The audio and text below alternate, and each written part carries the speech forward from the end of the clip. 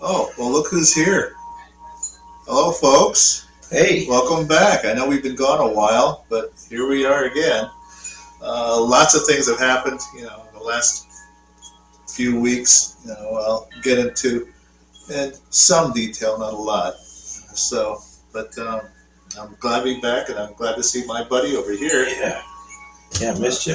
Yeah, missed you too. Yeah, we've had a bit of a slow start, kind of off and on. Yeah, different things going on. Lots of things going on. So, but while the rest of the world falls apart, yes, we've been doing our part to keep stay together. strong. Absolutely, keep it together. Well, let me introduce my illustrious friend over here. My mentor, my idol, the one I want. If I could unzip myself and become a completely different person, I want to be this guy. Thank you. He's a wonderful man, and he is. You want to say my name? I'll say. You can say your name. Oh, I'm Mark. You're old enough to say that. I'm. Some people call me Dr. Mark. Yes. And this wonderful guy, long suffering, very much recently. He's a very intelligent and creative and really exceptional human being. I'm proud to call him a friend and a colleague. And I'll just say my name. I'm old enough. Yeah, okay. My name's Elmer, and we are Mark and Elmer's PSI, Piano Scene Investigations. Yes, we are here today. And we got two of our boys with us today. This is, oh my God, Eager and Tuki. Say hi, good. Hello! My name's Eagle. Tuki don't talk very much. But we came to the show. We want to see Uncle Elmo. Oh, wonderful. Okay, well, it's nice to have you guys back. Well, it's nice for you to be back, Uncle. Oh, goodness. So, anyways, for the last few weeks, I've been driving back and forth from Columbus, Ohio to Findlay, Ohio. How long a trip is that one way? It's about an hour and a half, sometimes two, depends on what time of the day. And 3 to 4 hours round trip. yeah, and so now it's just until just about a week and a half ago, they've started road construction. Road construction. Yeah. So the orange barrels are out, and they extend almost 20 miles. So it's a single lane for about 20 miles, and people are not, other drivers are often confused about where they can exit because the barrels, kind of create the illusion that everything's closed. So if you take a good guess at it, just exit when you can. The exit to Findlay, my exit to Findlay, is closed. So I was a bit bummed about that. Wow. So I had to go take another one of the other exits farther up north. Mm-hmm. And I took Kathy with me when she was available. And, I got to show her, my wife, some of our old, Stomping grounds. stomping grounds. Yeah, I guess so. Or hunting grounds or whatever you want to call it. Ohio was founded in 1803 during President Jefferson's presidency, and it's an older state by American standards. Now, it's not a New England or colonial state. Yeah. We were once the northwestern frontier. Yes. Ohio was Yep. officially the Northwestern Territory. Yes, I've heard that. And Route 40 was the original national road that started in Baltimore, I believe, and then wound its way up and continued west of Springfield, Columbus, kept going on into Indiana eventually. But my point is, it's always been an interesting, really balanced state in terms of agriculture and industry. And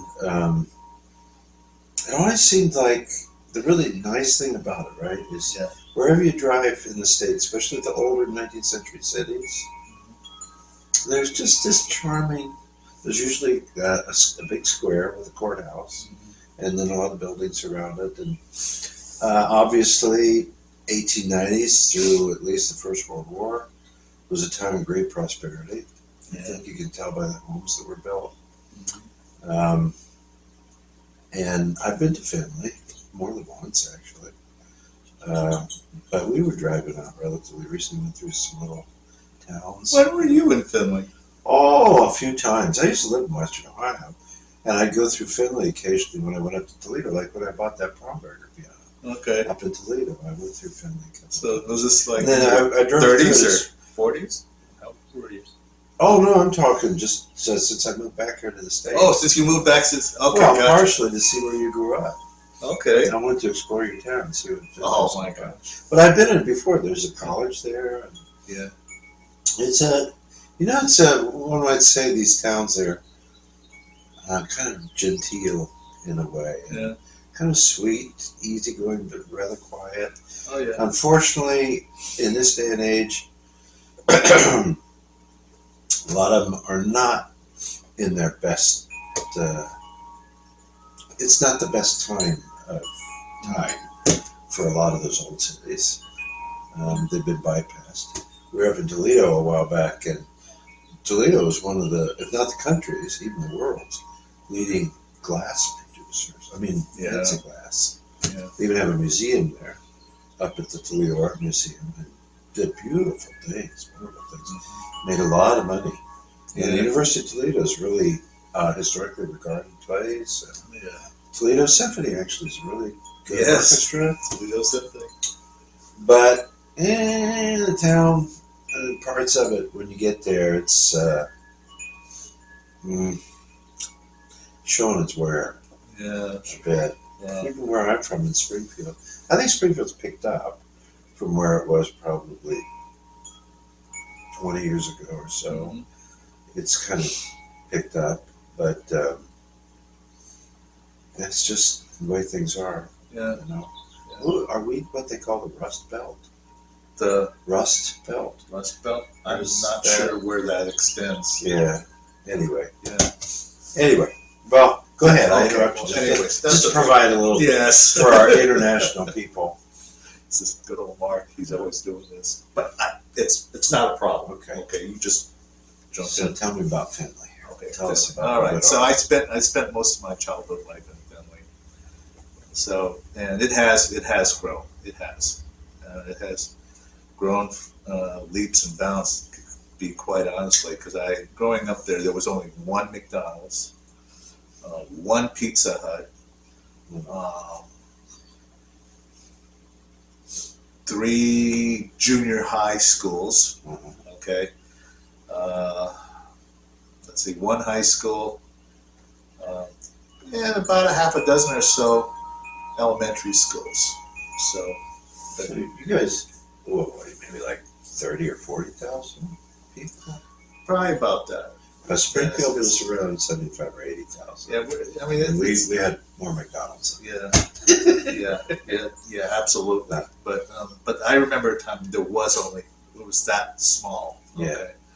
So, and the mall wasn't even a mall; it was just a string of stores, and that was it. Which, by the way, while during this more productive and prosperous times. It was a very busy town. But if you look at it today, it's becoming much more of a ghost town. The mall is not as busy as it used to be. Because something is developed somewhere else in the area. There were other stores that have developed. This happened in Springfield. Historically, in Springfield, there have been kind of the rich area, the wealthy people area, and that shifted at different times over time.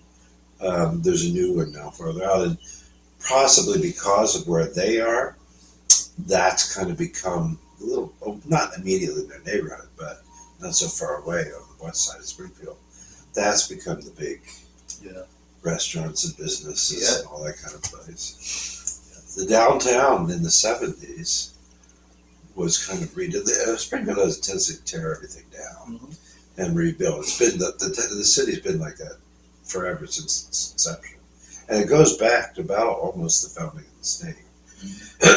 But in the 70s, they built a huge mall.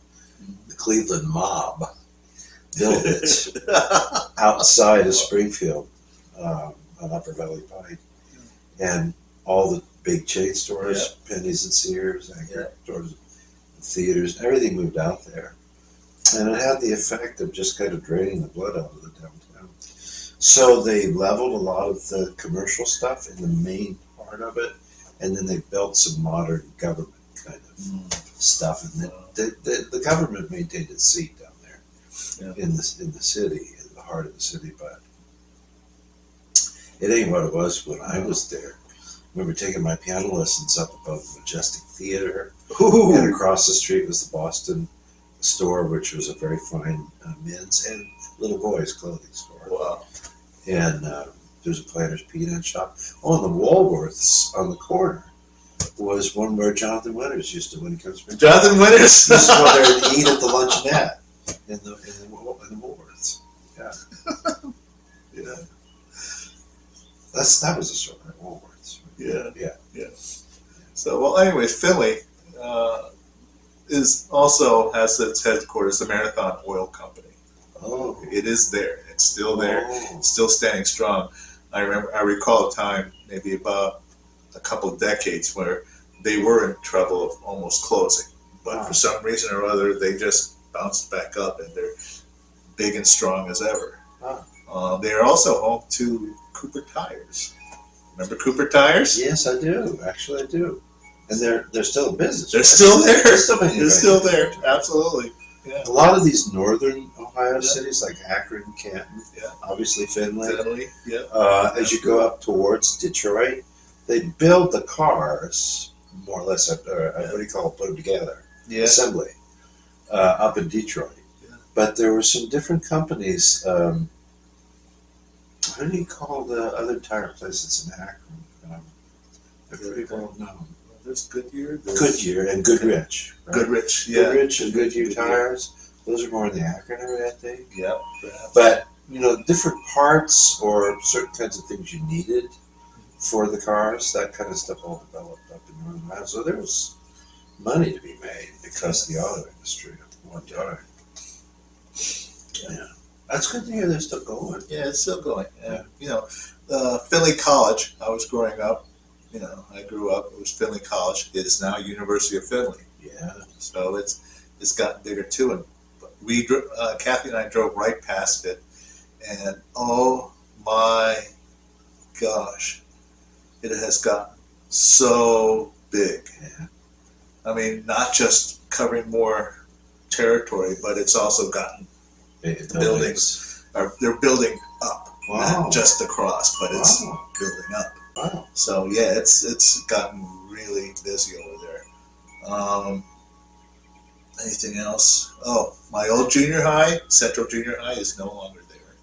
So they are down to two I think they call them middle schools now. Yeah. Glenwood Middle School and Donnell Middle School. But growing up, they were junior high. I was a Central Junior High Spartan. It is now a center of the performing arts. Wow. They turned the school into they didn't tear it down. No, they didn't. They didn't. Cool. They tore some of it down, but not all of it. Now, Okay, so I asked somebody years ago about whatever, after they closed down Central Junior High, what were they going to do with it? It was a jail. They turned it into a prison. Wow. So for some reason, for a large building like that, I guess it was also the city's administrative building as well. Uh-huh. But the bottom basement floor was where they held, you know, the cells. Wow. So Didn't execute people there though, right? I don't think that, but maybe, you know, unintentionally. Yeah, right. So, but I mean, it was perfect. I mean, the cafeteria was downstairs too in the basement, so it was. There was no getting in or out once they locked down. I mean, there's only like 2 ways to get out of the basement floor. Mm-hmm. 2. That was it. One side of the building, of the hall. Then there was another one over here, and I'm sure it was perfect because the rest were just halls and classrooms, and if they wanted to make prison cells out of those, they very well could. If you look at the wind, I remember. Let's see how solid the windows were. In the base, you could see the basement floor from the outside, but the glass, you know, it was Really one of those thick, thick glasses like this for the Wow. windows. So, Wow. so When you like were that. in school. When I was in school, I had some of my math courses down on the basement floor. Huh. So, but anyways, so we had Central Junior High. We all, you know, my brothers and I went to high school, Finley High School. Then I went from Central Junior High Spartan to being a Finley Trojan. So, blue and gold. They're still there. The school looks good. Looks bigger, more parking. You know, and apparently they've expanded on the athletics department. So we have baseball fields, football fields, and there's even a tennis court. Anyways, the church. My family used to, when we were living nearby the hospital, Blanchard Valley Hospital, which also has grown. It's a very big campus over there. But we used to go to the St. Michael's Cathedral Church downtown, and it's still there. Now, growing up, you know, the place was lit up mostly by candles, and so when you walked in, the lights were rather dimmed, and most of the light were actually coming from the candles. And so you walked in there, and there was almost, well, it was obvious you couldn't walk in there having a conversation about Sunday night or Monday night football. That's for sure. Okay, I mean, you just zipped it up, walked in, and you know, you find a seat, and you got down to the kneelers and say a few prayers before mass started, and it was very quiet. Today, you know, you come to the Catholic churches, and I remember this happening decades ago. At least I think when I was in my 20s. I was always used to going to Catholic church in Finley, and it was quiet. It was not until I got to college that I went to a Catholic church. I won't mention which ones, but I'm sure they're quite common. But all of a sudden, we got to hear this applause for whoever was about to be ordained a priest, or whoever was, which class was receiving their first communion or confirmation or whatever.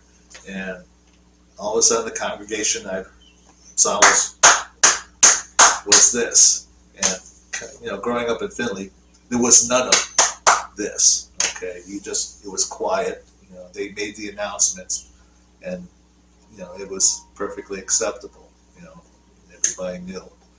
Now, the cathedral, sadly, is not like that anymore. You hear this, and I'm not sure, but I think they placed carpeting on the floor, which I'm sad because it lost its residents. Yeah, resident, exactly. Um, the apparently somebody saw fit that the church needed to be more lit up, and so lights. They changed the lights that used to hang, and now it's brighter than this room. Wow. So let's see, anything else? Oh, and somebody saw fit to bring in an upright piano to accompany the congregation and the choir. Oh. Uh, Not the organ?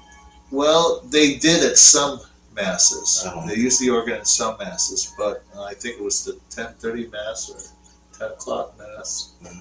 that uses the piano. Huh. So, and of course, that piano didn't produce as much No, sound, not not even close to Yeah. what the organ does. Okay, so now there is for some of you who do live in Findlay, Ohio, or are familiar with Findlay, Ohio,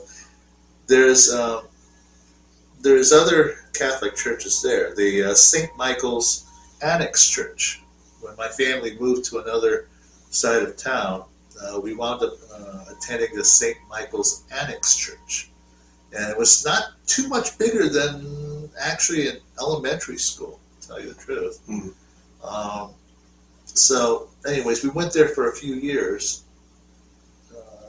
probably all the way through college as well. It was not after post-college that we received news that they were Excuse me. sure, that they that the funds they finally raised funds enough to build another church, and it was just, and for some reason, they kept it low key. All the excitement there was very low key. Only to find out that the church was going to be much bigger of a project that they thought. Huh. So the story has it was that Findlay, one of their parishioners, was practically a self-made millionaire. Huh. And I don't know what his marital status was or whether he had family, but his will was to give everything that he had to the church. The Annex Church. Yeah. And so with that money, they built this huge St. Michael's church. You could see it for miles. Wow. You've been to the one of St. Paul's in Westerville? Yes. It's bigger than that one. Really? Bigger. I mean, Wow. it was huge. Anyways, just to give you an idea what this Byzantine church. St. Paul's Church. Huh? It's like a Byzantine church. St. Uh, Paul's. St. Paul's, basically, yeah, but Yeah. this one is Bigger than that one. Bigger. I mean, Wow. there's no. I mean, I would imagine to say that very few churches come up to this size. So I take it this was $1 million like 30 years ago? Or? Yeah. Okay. Yeah. $1 million bucks won't buy you that much No, nowadays. no, it's a lot. It was a lot. He pays me that much for a lesson. No. Anyways, so to give you an idea, I attended this church for the first time in my 20s. I attended this church, and it was for a Christmas midnight mass. I wound up going alone. Everybody else were too tired to travel, but good Catholic boy, I decided to go to the midnight mass at the St. Mike's Church, the big church. It's on Bright Road. For some of you, Hancock County Road 95. So I go in, and the parking lot is packed to the hilt. This is a midnight mass, and I was surprised to see that many people were going to come to this church. Wow. And I walk in, and the lobby itself, or the sacristy, the sacristy itself was about the size of some churches I've been to, just the average size church. Yeah. And they have this large fountain with the holy water coming out of it. And This is inside. This is inside already, and so people were coming in, genuflecting, and anyway, so I go in, and to the main body of the church, and it's packed. Wow. Pews everywhere. Wow. Pews. And just to show you the scope, the size of this thing, I'm looking at the front part of the church, and I see the altar. I see the steps, 3 or 4 steps going up to the altar. But off to the side, I see an orchestra. Really? There is an orchestra there. Wow. They have what appears to be an 8-foot Steinway there as well. Wow. There is also an organ off to the side, and risers where about 100 choristers are all lined up. Wow. That's how big this church is. Is this the one where your mom's service was held? It's this new church, St. Michael's. Yeah, well, it's hardly ever new now. It's been No, but relative to the other. yeah, relative to the other one. So, and Now the earlier one, you referred to as the cathedral. Right? yeah. But this is bigger than that. Oh, this is, you could fit the cathedral in this one. Wow. You could fit the cathedral into this So church. when I go looking for pictures online so people can see it, Oh, yeah. what's the difference? What are the names of them? St. Michael's what? St. Michael's what? St. Michael the Archangel, That's the old one? that's new one. New one. The newer Archangel. Okay. St. Michael's downtown. Okay. I don't even know if they Okay. use the word cathedral Okay. anymore. That'll just But help me. if you look at St. see Michael the difference. the Archangel for the big church, which is Okay. on Bright Road, it's humongous. It's absolutely humongous.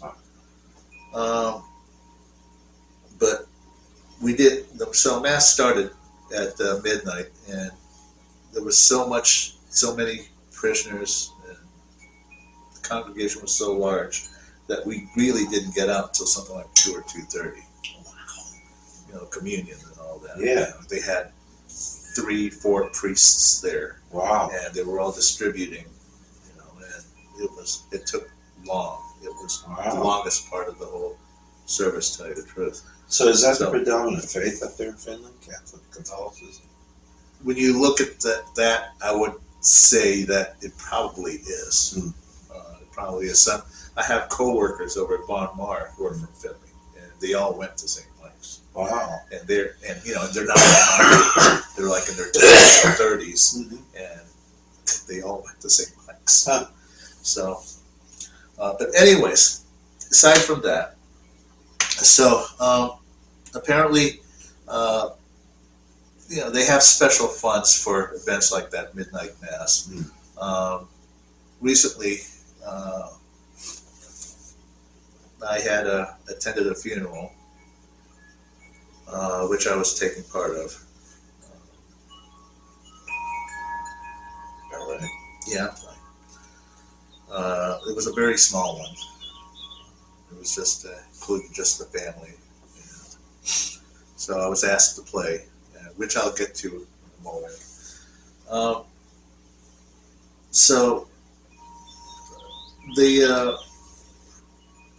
So apparently the concert grant is done. Oh. So they have a 6-foot studio grand. I would say about 6 foot, which it was maintained sort of mediocre, but I got to play on it, so it's for the funeral service. And let's see, where the orchestra was are now pews. So apparently it was, they moved the pews for certain events, like midnight mass or Easter or something, I would imagine. But it was all pews. So now I'm going to say I haven't been to a formal mass at St. Michael's the Archangel, so I'm not going to presume or assume what the goings on and what the parishioner number is like. So But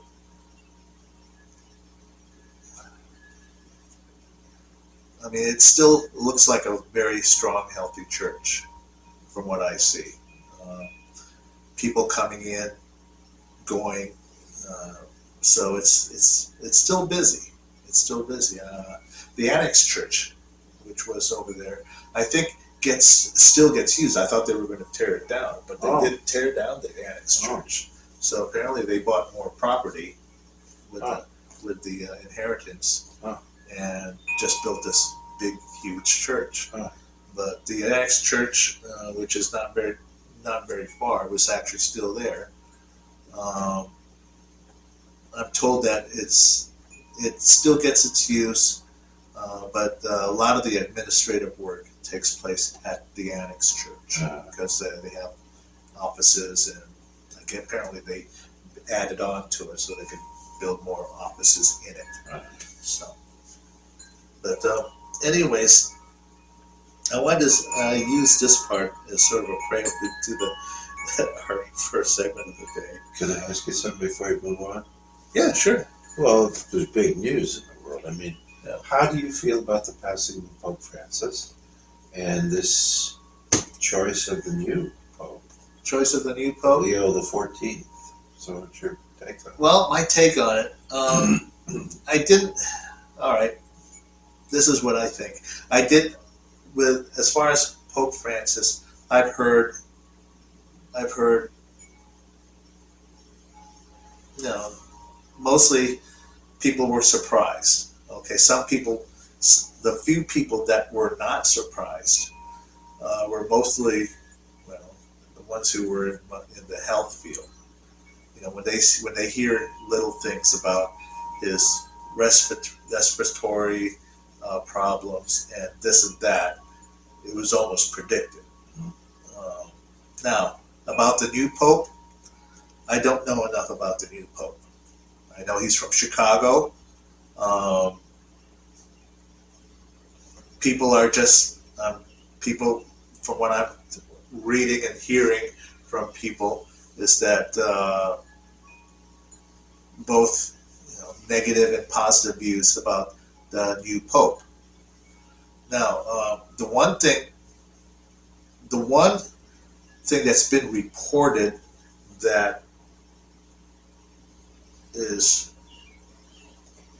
not exactly, I'm going to venture to say that I only agree with 35%. 35% is when the news media says that all Catholics everywhere are celebrating the new Pope. I wouldn't say that. Okay, I would say only maybe 35% of Catholics are celebrating that. That's not, it's, for whatever reason, I don't know. Okay, so, but to say that all the Catholics everywhere are celebrating, I wouldn't exactly say that. For me, well, you know me as well. You've known me for a long time.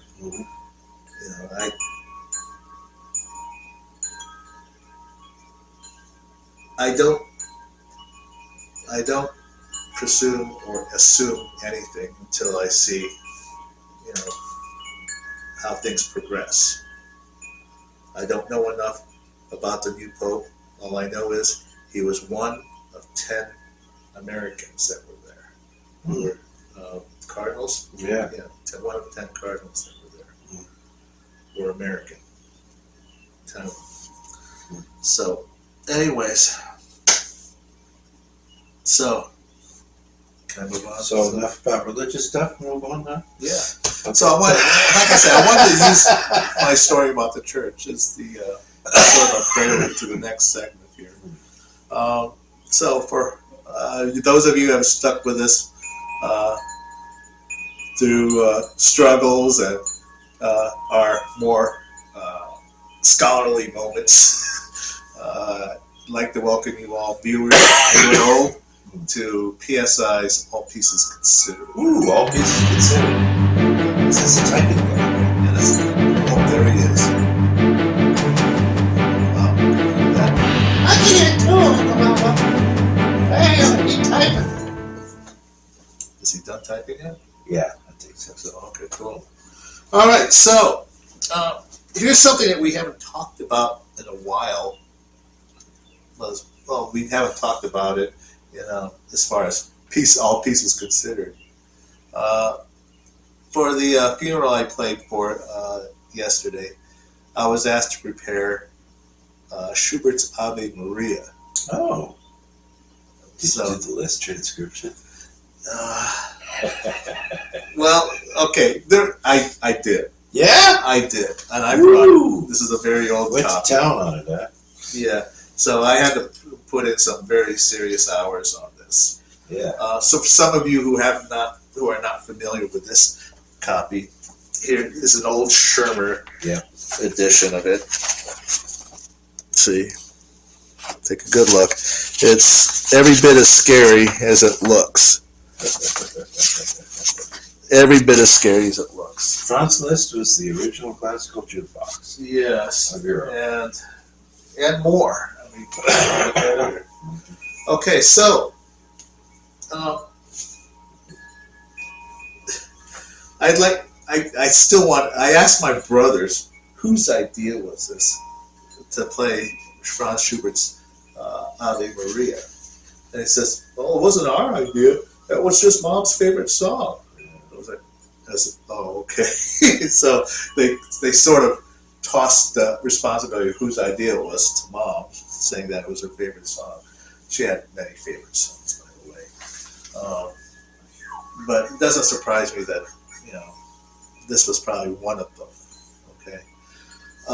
Now, I wanted to bring this up today concerning transcriptions because, if you all know, most if this gets performed at all, it's usually for voice and organ or voice and piano.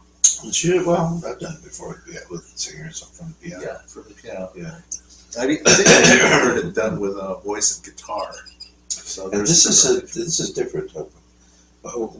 What's the title? Ave Maria. Yeah, but it's not the Ave Maria that you used to think of. Da da da da da da. It's different, right? No, that's this. That is what this is. Yeah. Oh, with okay. All right, it is the Ave Maria. I don't know. I'm thinking of something else that There's one by Charles Gounod based on the C major prelude by Bach. That one I played too. There's also the Caccini. I don't know that. You don't know that one? But I was Caccini's thinking an of something. There's more than one version of the song, and it's a Schubert song. But perhaps I'll remember and think about putting it up next week. But there's like number one. There's number two. Okay. Well, I remember there's Suleik. There's several versions of that. Anyway, I'm having a brain moment. That's okay. That's okay. Okay. So, anyways, I had two reasons why I picked this arrangement of it. Okay, mostly because I was sort of expecting that 9-foot concert grand that they had at the church, and that's all I could think of was having to deal with it. I didn't find out that that piano was not there any longer, but it was still, a decent. It was still a decent piano. So I decided to prepare this. Now, when I first arrived, I was assuming that they were going to have the funeral services at the St. Michael's Archangel. However, I saw signs where they said it was going to be at the Cathedral Church, downtown church. Yes, downtown St. Mike's. In which case, it was going to be the upright piano. And so I opted to to play this one because, to play this on the carpeting there.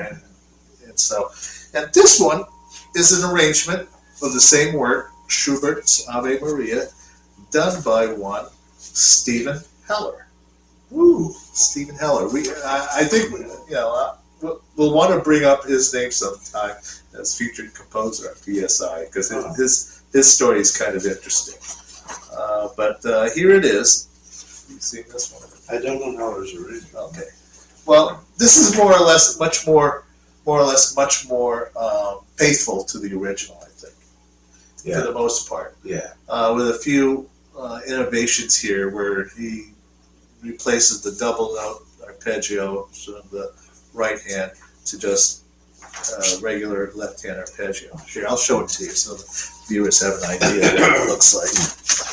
So it looks like this. Okay, that's at least the first page. Okay, so now, so although it's nice to be able to play the list. Okay, I wanted to be careful. Yeah, and I don't know how other pianists feel this. I don't know. You can jump in if you want, if you have a different opinion about this. Okay, Mark. But I always try to find out ahead of time what the venue is.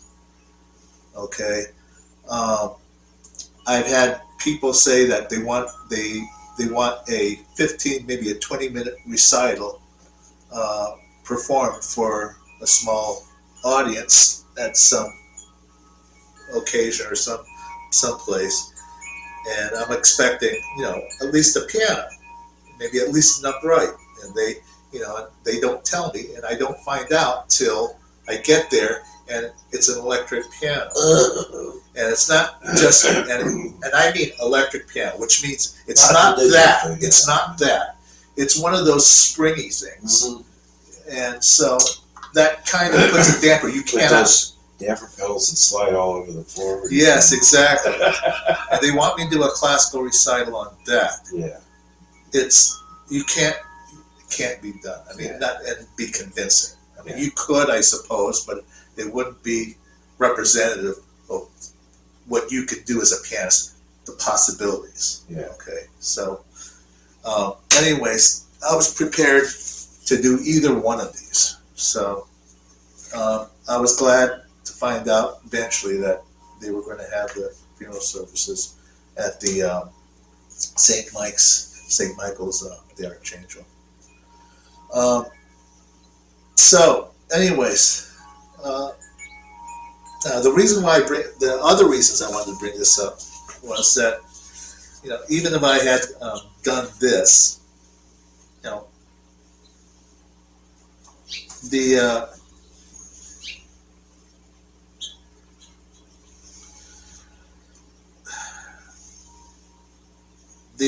funeral services was for my piano teacher, who had given me my first piano lessons, the first 10 to 12 years that she had known me, and well, through all of her teachings, I could imagine, if I had played the Heller arrangement, I could hear the back of my head. I could hear her voice in the back of my head thinking, he says, thinking, and he's telling me, he says, "You're a big boy, you can do better than that." So, of course, henceforth by its list. So, good for you, buddy. So, and like I said, it was so if any of you pianists out there who have tried to play this list transcription, just a few words. Just the opening bars is a pain in the butt, because the left hand is shifting, and you have to find a way to get to be fluid and not disturb the what word am I looking for? The gesture, because it opens with gestures. Boom, da da da da da da da da da. Be careful and choose your tempo wisely. The one thing you don't want to do, the tendency here for a lot of young pianists, they look at this, they see all those notes and assume that it kind of flies, and it doesn't. Not really. No. You'll get yourself in a lot of trouble on the third and fourth page in this thing if you take it way too fast. So, and like I said, the overall gesture is ba da da da da. That needs to be fluid and almost undisturbed, because that has to go. Now the only tempos that are sort of fluctuates is if you follow the melody, you're going to linger in some moments, but the tendency there is to also stumble if you try to work in some of the cross rhythms and things. It's just a nightmare. And it's a very despite all the notes in this thing, it's very remarkably very transparent. Mm-hmm. Yeah, the wrong notes and everything stick out like a sore thumb. The delicacy of the right hand arpeggios.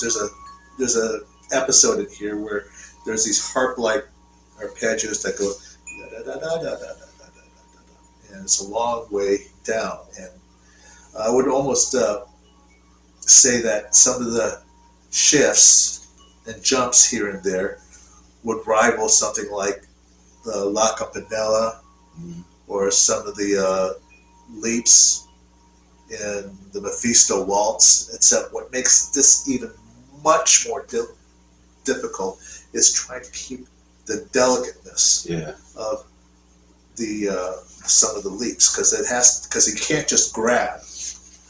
You can't just grab. It's about reaching. I've heard some younger pianists play this. Yeah.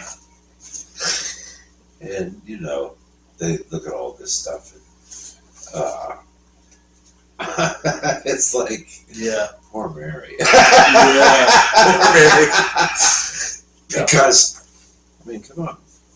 Liszt took minor orders in the latter part of his life. He did. He was an abbot. Abby. And, is that the word abbot? Yeah. And he was very a religious person from all the way back as a child. Yeah. So, when you look at this, look at the descriptions, leggerissimo, things like that. And even like on the second page, when he has those big bass chords and stuff, it doesn't say forte. No. It says rinforzando. Rinforzando. Which just means, kind of reinforced. Yeah. Just give a little boof there, a little boof. Yeah.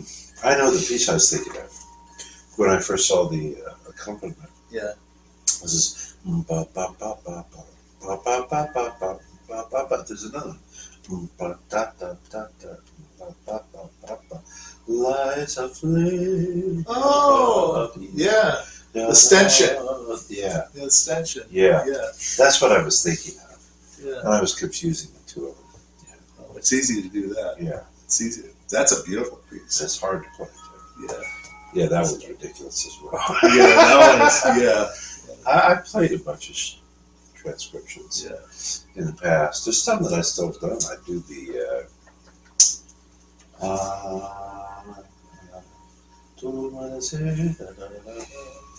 the Schumann. Oh, yeah, Vigmo.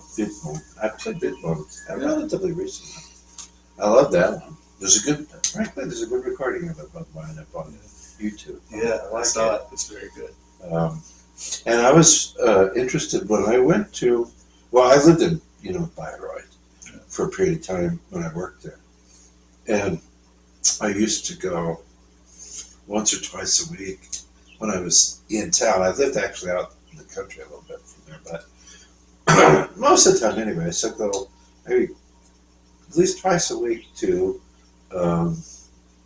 Wagner's house, Von Fleet. Yeah. And it's a whole park. I'm going to skip on his name right now, but the Englishman who married into the family, his house, he married one of Wagner's daughters, was Chamberlain, Houston Stewart Chamberlain, is up in the front. And that's a more later 19th century kind of like, there's a big kind of turret in the front of it and stuff like that. But anyway, that was his house. And then Siegfried's house, which is very Bauhaus, very modern, is behind that and off to the side, running over there. And then there's Wagner, which is in the middle, which is this, I don't know, one might say more Italianate villa-looking kind of thing. That's the one that came with the belt for Wagner. But I used to go there, and I like to go Wagner's living room. That picture right there, Yeah. on the left upper corner. Yeah. That's him in his living room, but he's having a vision of people, characters from his opera there. But the Steinway piano, which is a gift from the Steinway Company, is still there, and the curtains and everything. But the room now has been turned into a concert space. So, but there used to be very 19th century furniture and everything, and these doors that open out into the backyard, and then farther out in the forest back there's where Wagner and Cosima are buried. There's a big slab out there. But I used to love to go because every possible recording that's ever been made, they have, and so you could go into the front, and they have these two huge books, 3-ring binders, and you go through and just select stuff from here. They have these wonderful built-in surround speakers in the music room, in the walls. Can't see them. And I go in and I just listen to some of Wagner's music. And should I have the whole room to myself? They were really cool, nice people too. They knew me. But Liszt's house is off the main block property, and it's across the street. And that was his last home because he lived there in Bayreuth at the very end of his life, and he's buried in the cemetery of Bayreuth. There's a kind of capella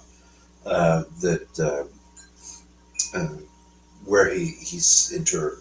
Mm-hmm. But I was pleased that in the house, you go in there, and it's rather poignant because the bed where he died, there's a death mask on the table next to the bed, and there's a thing of his hands. You know. But over on the bed's here, and over on the right wall, there's a big opening that goes out into a room where there's another piano that was his in that house. But there's a bit of a display with some music that's saved and stuff, some programs from when he did his big concert period. Yeah. It was a 10-year period when he traveled between basically London and Moscow and Sweden and Turkey. And it was all in horse carriages. I don't even think he ever took the train yet. Imagine that. Wow. 10 years of that. Anyway, song transcriptions, especially those of Schubert, were one of the most significant part of his concert programs. He always included, most of the time when he performed, 2 or 3 anyway, song transcriptions of Franz Schubert. Yeah. And those were often the last things that he played for the audiences. And he was really dedicated to that. And when you see the whole Franz Liszt edition, and the old Peters thing, there were 5 volumes of song transcriptions alone. Yeah. I mean, good thick books. Yeah. It's just incredible how much creativity this guy did. Oh, yeah. In addition to women and wine and so on. The boy actually pumped out. I mean, this. I'm sorry. That was the wrong word to use. But the Searle catalog, it goes into the high 100s. Yeah, it sure does. 600, 700, 800 or something. Yeah, something like that. I'll look in the book to see how high it goes. Humphrey Searle was one of the first people to catalog Liszt's music. Yeah. And there's tremendous, I mean, if you look even where in the early editions of Grove's dictionary, they kind of poo-pooed Liszt in the early 20th century. Yeah, it does. But there's finally, I've got the 1980 edition. There's a really wonderful long article on Liszt. And they always put the list of compositions of the composers in. Of course, Bach's is as big as a small book for some people. Yeah. But Liszt's catalog of pieces is extraordinary, really. All the different things that he wrote. There's a lot of church music. Yeah. I mean, a lot of things that... Oh, and don't forget the Schubert's Wander Fantasy. Yes. There's a transcription of the Liszt transcription of the Wander Fantasy. And he must have really liked that work a lot, because he has a version for solo piano and one for piano and orchestra. Like so it's amazing. Yeah.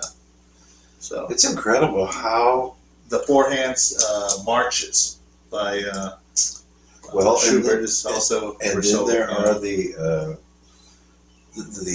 symphonies of Beethoven Symphony for of solo Beethoven, piano, solo piano. and the symphonies of Beethoven for four Four hands, hands. and I Yeah. think there's some of them for two pianos. Two pianos, number 9. Yeah. Yeah. Yeah. It's just incredible when you think about one human being. Yeah. Now, of course, this was back before there was TV and, Yeah. you know, what do you call it, streaming and Yeah. crap like that where we waste a lot of our lives. But Yeah. they had to do other things. And yeah, the boy was amazing. I I really respect him, and I'm glad for the music that I learned and played. And I actually went through different periods when I was studying. I remember for a period of time, I think it was in Madison, that people referred to me, oh, Mark Haig, oh, he's a Brahms pianist. I played a lot of Brahms, the chamber music, and played the first sonata and some things like that. Probably some leader as well. And then I got into Ellsworth more, went to him to study, and then I started to play the second ballad, the funerale, a bunch of different things of Liszt and song transcriptions. Mm. And then suddenly I'd gone from being a Brahms pianist, oh, I'm marking, and this was all in Madison. Oh no, he's a Liszt pianist. Whatever. Maybe you should have tried Dochnani. There you go. You should have tried it. That's a good I mean, if mixture. you were, Yeah. because if you were, you know, people Both. saw you as Brahms, saw you Yeah. as a Liszt pianist. That's a cool thing. When you look at Dochnani's own compositions Yeah. and his arrangements of stuff, the structure of the music, and the language, Yeah. in some ways, is Brahms. Yes. Yeah. Structure. But the fioritura, the Yeah. virtuosity and Yeah. stuff, very much the Liszt. temperament. Yeah. So. Liszt is fascinating too if you get into his later music. Oh yeah. There's what is it called, that Shermer book that had the late Liszt stuff? There's all Yeah. these pieces that he wrote.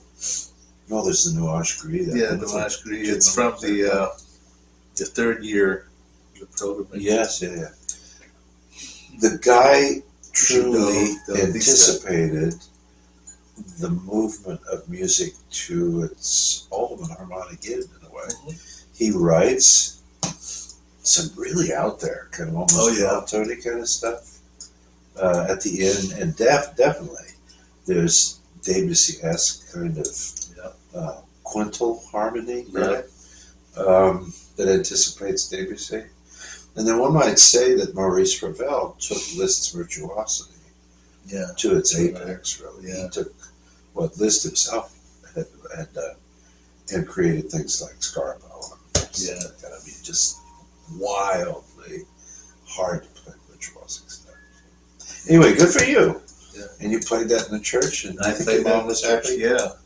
Or your piano teacher was happy. Sorry. Yeah, I'm sure she was. I'm sure she was. So now, anyways, yeah, it's funny. My brother had spoken with the priest and asked, "Is this? Were there two people over there playing?" I said, "No, that was just my brother."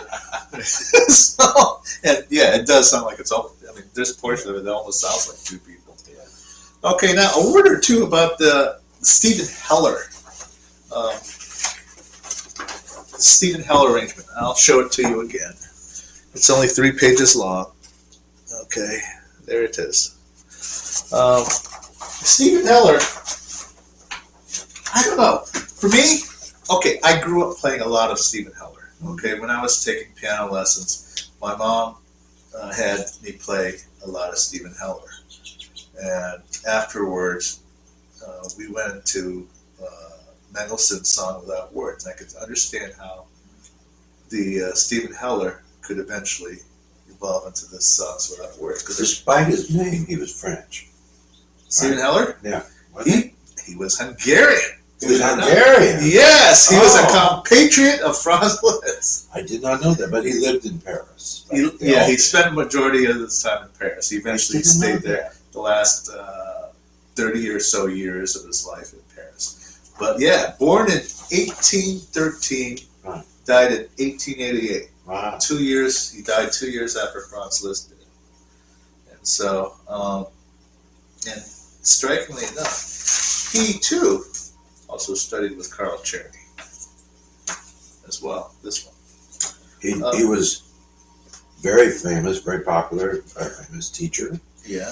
He lived in Paris with Liszt and Chopin. Not with them, but at the same time. Yeah. They were In there. the city. That must have been a hell of a place. Oh yeah. I mean, I suppose it's too big to even really realize it, but in New York City, like nowadays, can you imagine the great luminous artists that live there Oh, on gosh, down yeah. the street? But in Paris in the 19th century, it must have been cool because Yeah. at least on some of the main drags, you would have seen Chopin taking a walk or Franz Liszt taking a walk. Yeah. And Stephen Heller was there as well. Yeah. He's no Franz Liszt. No, he's not Franz Liszt, but okay.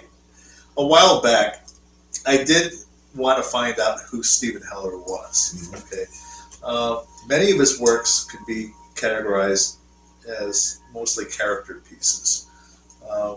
The pieces I studied, they said it was melodious studies. I had the Schirmer edition of his works. There's an Opus 45 set of these studies, an Opus 46. I believe there's even an Opus 47. Now, strangely enough, as far as his pianism goes, it's very, very, even though it's pianistic, it's very conservative. This is very much representative of how he works. Even the character studies that I studied have very much in common with this, the way he structures the hands and everything, how it's all organized. He's more akin to Mendelssohnian piano Yeah. style. Yeah. Yeah. Liszt. Well, Liszt, of course, harmonically eventually takes off in a big way. Yeah. And maybe there's more Hungarian in Liszt than there definitely is in Stephen Heller Oh yeah. in terms of reaching out with Yeah. harmony, that wild gypsy virtuosity Yeah. stuff. But then I also think where Liszt comes across differently in many cases. I mean, some of the big works that I played of his, it's like they're pre-orchestrated, Yeah. but played on the piano. Exactly. So what's going on is, I think what really fills it in sometimes, you have to hear the music from the point of view as an orchestra conductor. Oh, absolutely. And take your time and your space to do stuff like that. Because eventually, of course, once he retired from the stage, he did start to write a lot more orchestral work and things like that because he was a Kapellmeister. Yeah, it was. But okay. Okay. talk about Anyways, even though a majority of Stephen Heller's works were mostly character pieces and melodious studies for students, it's not that he wasn't capable. He did write some major concert works. Morris Hinson cites a piano sonata that actually he terms as rather attractive. Uh-huh. A sonata. Somewhere in my archives, back home in my music room, I do have a collection of his Opus 80 preludes. There's 24 of them. It was actually published by In the different keys Countless. and stuff like Yeah. Chopin. it goes through the Turk Circle of Fifths. The thing about most piano teachers will already know this about Heller. Yeah. I think the good thing about Heller for your piano students is it's very musically satisfying. Oh yeah, to play. absolutely. Like this Yeah. version, this would be challenging enough that even someone might say relatively advanced. Yep. That I'd say somewhere between intermediate and relatively near Yeah. advanced would feel very happy accomplishing playing a piece like this, and the audience would like it because it comes off as very clearly this piece of music. The Liszt version requires an extraordinary amount of virtuosity way above it, and part of the virtuosity is to play all that Aeolian harp kind of angel stuff, Yep. like Angel Dust. exactly. so that it doesn't become overwhelming or pompous or anything. Exactly. It's just gossamer like the wings on the angels. You know? Yeah. That's hard to do. Yeah, it It's is. hard to play lightly and Especially with the- light-footedly and all Yeah. that when you have that many notes and things going Yeah. on. And God forbid you have a piano that overspeaks for itself. Yeah. Because then it's hard to rein the sucker in. Yeah. So, but anyways, if it interests you, Stephen Heller has written other Schubert transcriptions as well. The Stanchion, which you mentioned, he has a transcript. It's pretty much faithful to the original voice and piano version. It's in D minor as well. He's also done. He has his own version of the Trout. The Trout. Let's see what else. He also did Hark the Lark as Yes. Bum, bum, bum, bum, bum, And- bum, bum, bum, bum, bum. well. Yeah, he does that, and like I said, it's pretty much faithful to the original. I think where the boy was smart. Yeah. Listen, write his stuff and it'll get published. Yeah, That many pianists would actually be Yeah. able to play it. exactly. Yeah, exactly. And then he'd write his That's it. version of it. And that many pianists would buy That's it exactly and play it. right there. So I'm sure the boy made a good living Yeah, from selling he did. his transcriptions and things, Yeah. his composition. Now, you know, their teacher, Carl Czerny, Yeah, I was going to say, the other thing to consider with people like this, when they're way beyond copyright, get yourself a subscription to IMSLP, the Petrucci Library, yeah. because most everything will be in there of Stephen Heller's. You can Oh, get absolutely. I was recently, because I was looking for some studies for some of my slightly more advanced-ish, not Yeah. terribly piano students, Yeah. through Czerny. Yeah, I was Czerny, yeah. looking, that boy was, also we talked about how much Liszt wrote. Yeah. Czerny was extraordinarily Yes. creative in terms of all the stuff. he wrote. Yes. And then I started to look at it. I didn't know. There's sonatas. And I Yep. looked at There's it. a sonata. They're very Beethoven-esque looking. I would say middle Beethoven-ish. And there's concerti and all kinds of things like that. I mean, he's not just a dee-da-da, dee-da-da, you know, these little exercises. Don't forget the ricordanza The variations. Ricordanza, which Horowitz Oh, used it's, to play yes. way back in his early career and recorded it. It's interesting. These guys, as the piano became more popular, Oh, yeah. became kind of the household instrument, and everybody wanted to play it and so forth. Everybody was building pianos and all that, and there had to be music available. And there was a huge market for publications that your average non-professional pianist could play at home for Yeah, their own absolutely. satisfaction, maybe for other people. Yes. And there's a tremendous amount of literature. Absolutely. And when you look at some of it, you get into the mid to later 19th century out of Vienna. Yep. Who's the guy? His name was actually Gobert's, right? But it was by Streebog. He put his name. Oh, backwards. Straybaugh Gobert. Well, his name was the- Gobert's, Yeah. but then they G-O-B-E. wrote it Streebog or something for whatever reason. Yeah. I think it was him. And then who's the guy? I don't think it's Streebog, but I remember looking it up, and they're not bad. But there's a whole Also- collection of nocturnes. Bergmuller. That this guy wrote in Vienna, later 19th century. They're not meant to be high-class professional music, not like Brahms or Liszt or something like that. There's a whole area of repertoire then that was being composed for the, one might say, semi-advanced amateur. Yeah, I like John Fielder. No, that's way early. Yeah. I can't think of the guy's name right now. I'll find and figure it out. I'll put it up online. But I actually have played some of those pieces in moments in certain places, not on a big professional recital, but in other cases. That's not bad. And it's interesting because to your ordinary audience, it passes as pleasant and impressive without scaring you as the performer to death. Exactly. Yeah. Like with that Liszt version, can I really pull this off? Yeah. Because that's always the problem, isn't it? Rubinstein used to say. Yeah. The greatest challenge, really, as a concert pianist, is going out there and performing for all those people. Many of them businessmen had a long day and everything. They just want to relax and everything. You have to make it look effortless Exactly. and make it seem pleasing and enjoyable.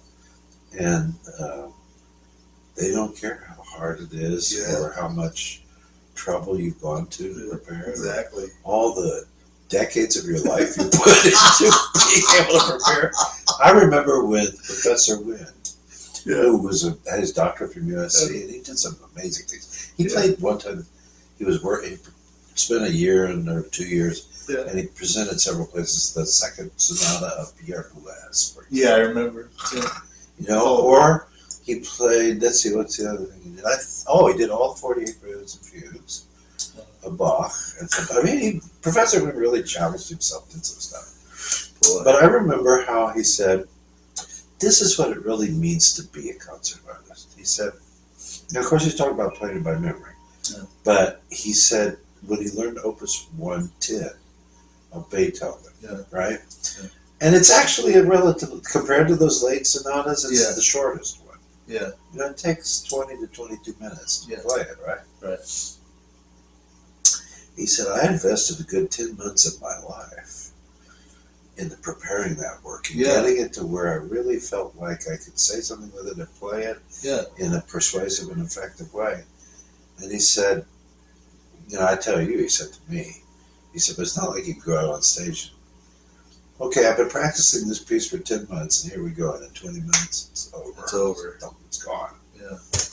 And the test is, did all that hard work and everything, and then, you know, you get a chance to play more than once. Yeah. Hopefully. But sometimes it just doesn't always work. I mean, you know, it's like Norman said, you know, what was it like? 75% of the time, it's a job, it's a good job, you know, and you feel good about it, and you bring it off. Music goes well enough, you know, everything's good, wonderful. Stars align. I can't pay Chuck for this and everything. 20% of the time, everything possible goes wrong. You say, why in God's name did I ever choose this career? And he said, 5% of the time, you rise up above yourself in the auditorium and you can look down from God's perspective and see and hear and witness this amazing experience. And you think, oh, thank you, Jesus. I'm so glad I became a concert musician. There's nothing else I would ever want to do with my life. Yeah. And he said, that's, you know, 5 to 8% of your life.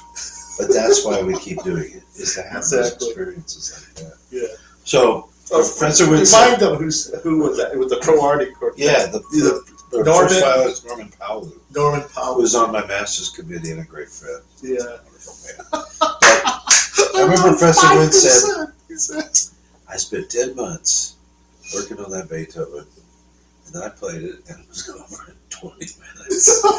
And he said, you know, it was okay. The performance went okay with everything. He says it wasn't as stunning as I would have hoped it would be. But he says, you just like start thinking about, my God, the investment of time and energy that you put into some of this stuff. I had no idea how he learned or what he did with the piano.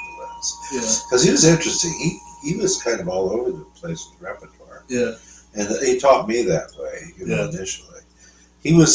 His teacher, Albert Zarko, was Arthur Schnabel's first American teaching assistant. And Schnabel, unfortunately, I mean, he was a prodigy. Yeah. You know, just could play everything. And he went to study with Leschetizky when he was 10 years old. And Leschetizky didn't take prodigies like that. Yeah.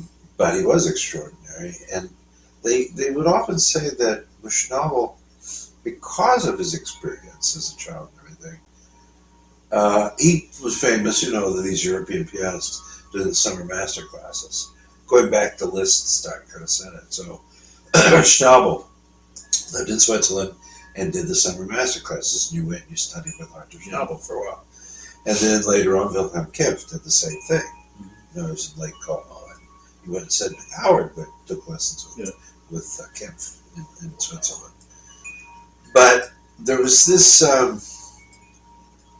influence, I think, because Schnabel was like, in the earlier 20th century, huge teaching influence. Yeah. A lot of people would go and take a lesson or two and play for Schnabel. Yeah. And then they could come back to their country and hang up their tile and say, student of Arthur Schnabel. No, exactly. Yeah. Which people were doing with Franz Liszt as well, you know. Lechetisky was a big one. And then it was interesting because it's about the same time. I mean, come on, Schnabel was old in the 1950s, right? Yeah. He didn't make it to the 60s. I don't think He died in the 1950s. Yeah. But he was in his 80s, I think, when he died. So he was late 19th century and all the way through. But John Thompson Music Publishers out of Cincinnati started, what, in the 20s? Something like to start to write. Yeah.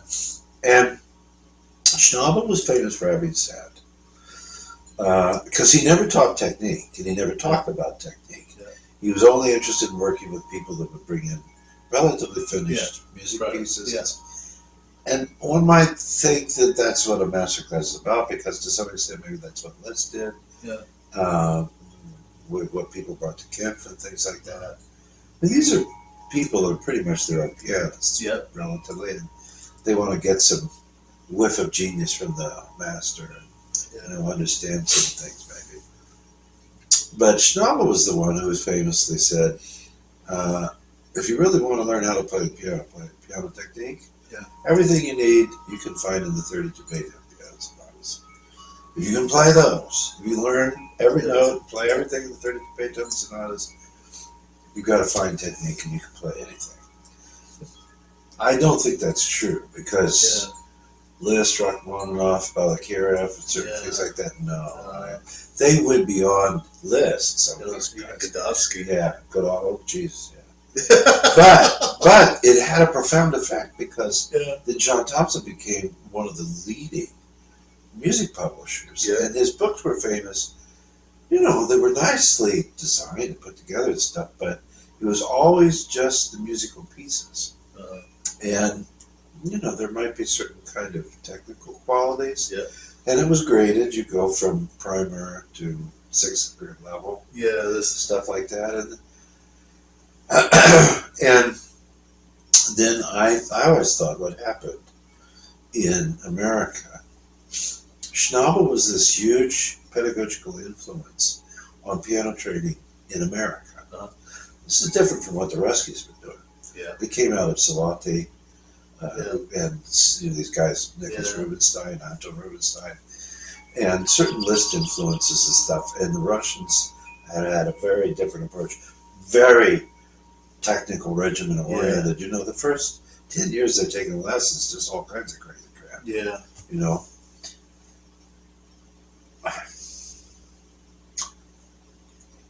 So over here in America,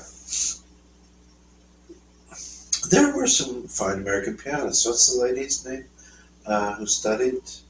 Olga Samarov? Yeah, there's Olga, but before her, Amy Beach. Right? Amy Beach, Amy Beach. And I'm trying to think of somebody else, but there was a few American pianists that came out of the Liszt period. They were quite good. Olga Samarov was big. She played the Tchaikovsky, stuff like that. Were famous. But Gottschalk was the superstar. Before that, But it seems to me there's a period of time in the 20th century, I don't know if this is fair or not, but I'd say, who was that guy? Was it William Albright or the teacher? Mason. William Mason? Yeah. Now, he was a Liszt exponent, right? Yeah, he at least played for him. And then he taught in New England, right? And so he had his own students that came out of there.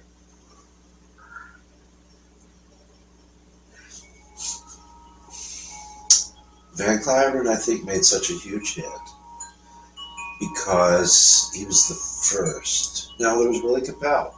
But Willie Capel studied with Olga Samarov.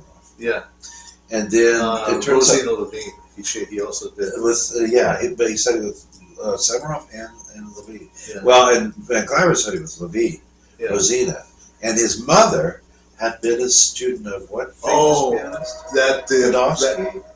No, it was... Big time pianist, though.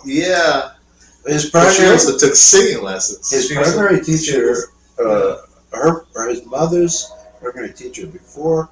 No, his mother was Van Cliburn's primary teacher until he pretty much went to Juilliard. And then he went and studied with Rosina. But she had come from a Russian tradition. I Yeah, she remember what it did. was. I'll look it up Yeah, and see who the great pianist was that had. we'll look it up on that video. Yeah, It's on the video. Yeah. but then there's interesting. Then we had certain pianists. Leon Fleischer, Yeah. amazing, wonderful. Yeah. I mean, when the guy played, there was an orchestra happening. Oh yeah. Voicing and all this kind of stuff. And who was the other one? Grafman. Gary Grafman. You know what I'm getting at.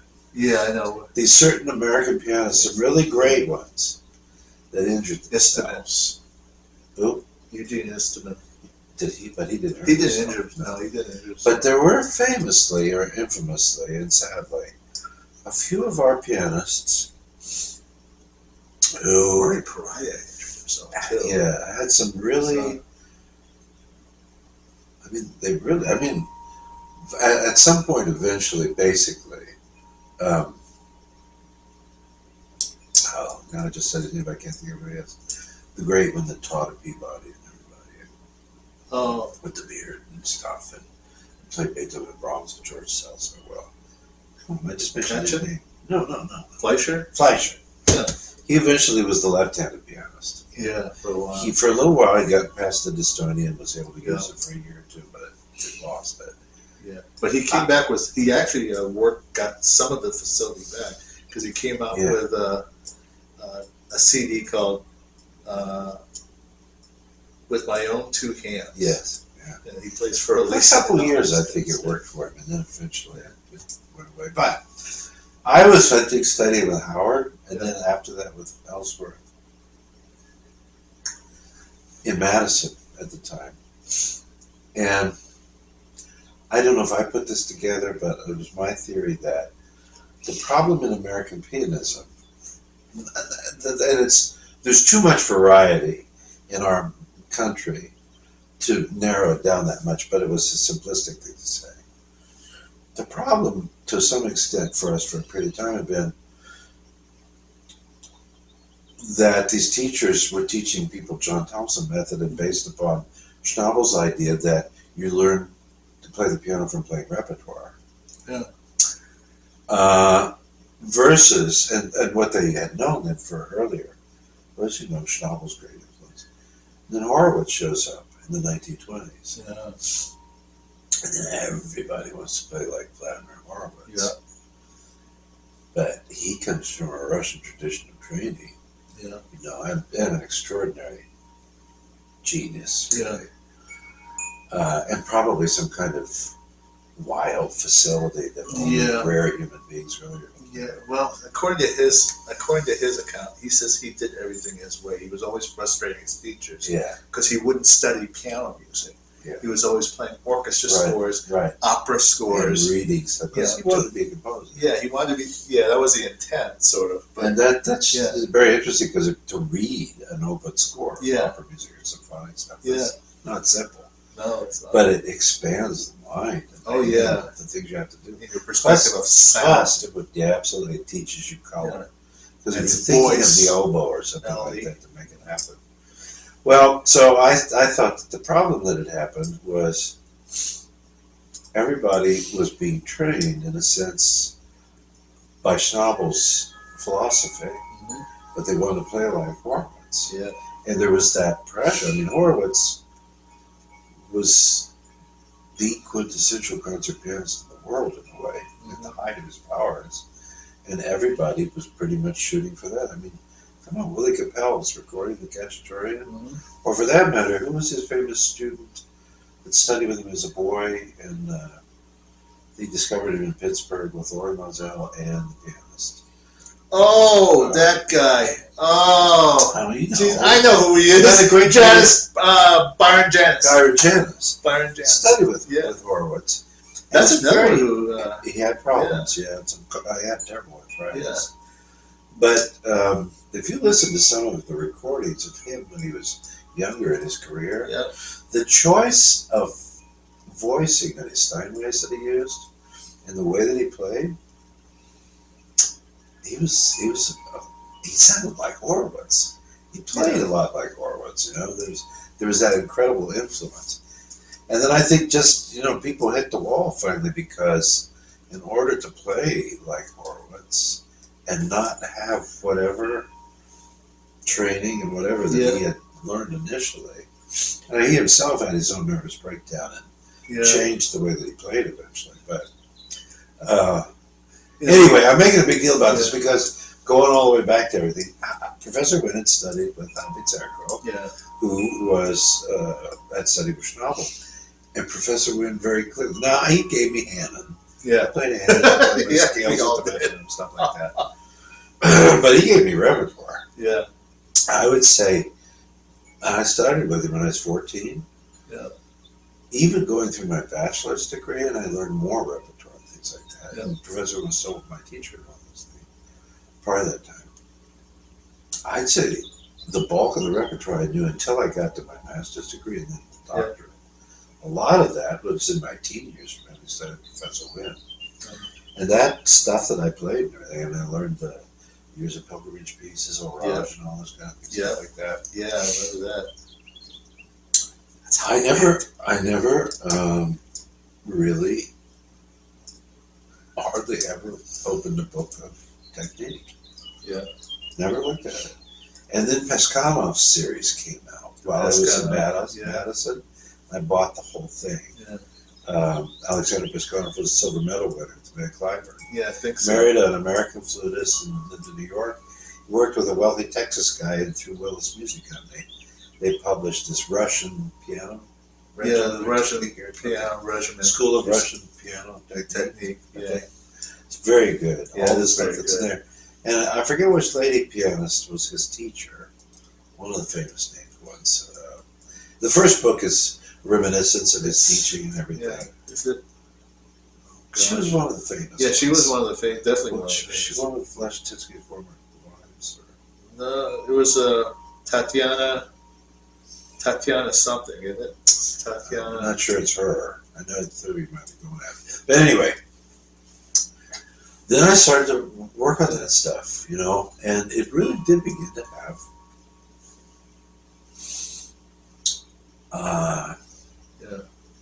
clarifying effect in my work, my playing.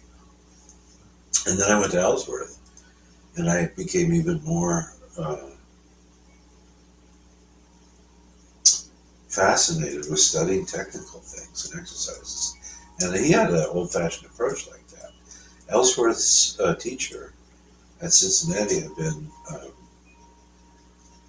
Rudolf Rikushny.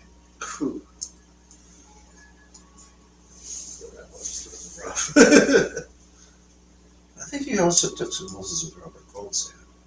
Robert Goldsand too? I think so. But Ellsworth had a very old, and I mean when I'd gone to him, I had a certain way of playing, and he wanted me to open up the wrist and really learn how to use it, and I'd say floating arm technique and things like that. So I'd gone from playing the Schumann Fantasy, Opus 109 of Beethoven, for example, in my master's recital. And 6 months into studying with Ellsworth, he had me playing these small charity exercises and learning how to move the hand and learn how to play so that the finger strike is not a hard thing where the wrist is frozen, but there's weight transference and all that kind of stuff. Very much into that. He did pay me a good favor one time. He said, I would say that most of my students who excel have a beautiful tone. And that's something that people start to say about me. People used to say that my playing was just so wild and powerful and just, wow, just like this. But after I studied with Ellsworth for a while, I started to hear people say it was so beautiful. I think I started to learn to really sing on the instrument and have a listen and play with a beautiful tone. And that's because you're using this like the throat in the human. This is where we breathe and where we allow the energy to pass through into the resonance chamber and make things happen. Well, the idea is that the energy impulses come from elsewhere in the body, pass through the free wrist, and come through. First one that started to introduce me to that made me change my training the move from Professor Wynn on to somebody else was the Hungarian teacher, Yeah. Olga Von Von Til. Til, in Yeah. New Jersey one summer. I remember she used to take my fingers and she'd squeeze the ends of them. It's just like you have an eye and a mouth Yeah. right here on the ends of these, and the air from your intention goes into the key, it connects, and goes along the piano, and then you see everything on the edge of your fingertips, at the same time. And she made this very strong, constant finger connection. Yeah. Because Professor Wynn, I remember when he taught me the hand and stuff, he taught me the Hong Kong conservatory technique. The Hong Kong. Bang, bang, bang, bang. Really high, strong finger strikes, one after the other. Here's one thing that Ellsworth told me. What? You're my only student who has these magnificent pearly scales. He said the way you play the scales in the Beethoven C minor concerto, for example, none of my students ever sound like that. So he said, I think it's a good thing because you maybe have benefits from other technical origin, that actually the way I teach, I don't strive to get that kind of hyper-articulation. But he said, but sometimes I admit it's effective and necessary. So I'm glad because I feel personally, I didn't mean to make this a big deal about it, I was talking about Professor Wynn, but I feel like I benefited from having some strong, varied kind of technical, philosophically oriented training and background from different sources, and I've been able to amalgamate them into something that I do,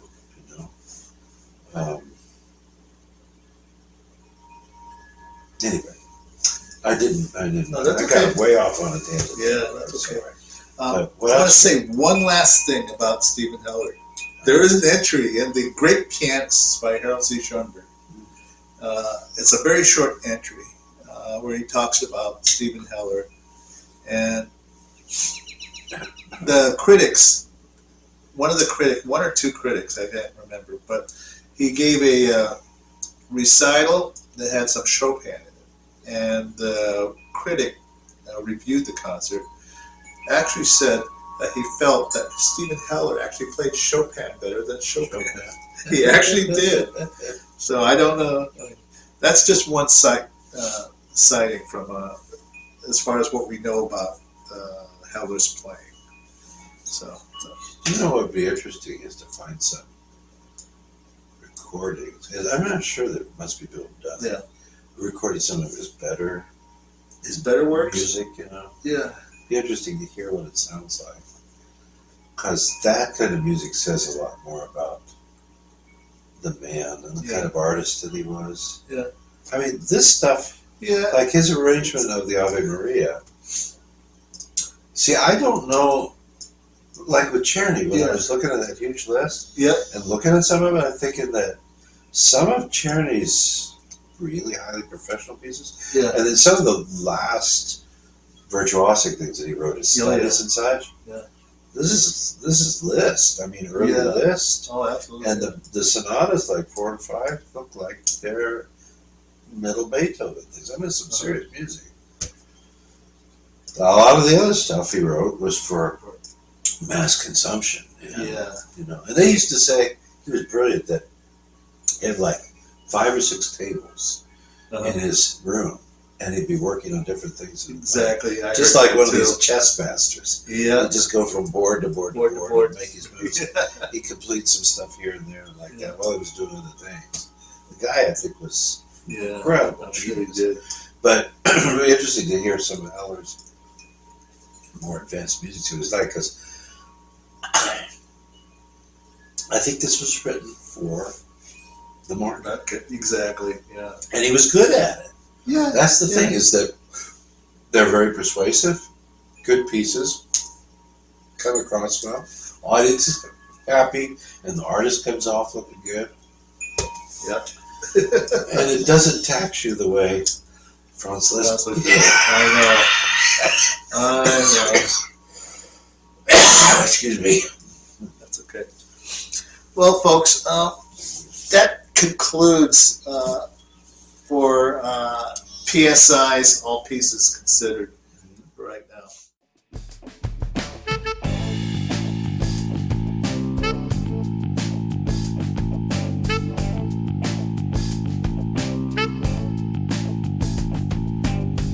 You know that the Pleasure Dome of Kubla Khan by Griffiths has been working on. Yeah. Well, interestingly enough, I found this book. It's actually a pop-up book called Kubla Khan. Look at you. Yeah, it's a pop-up version of Coleridge's classic. Wow.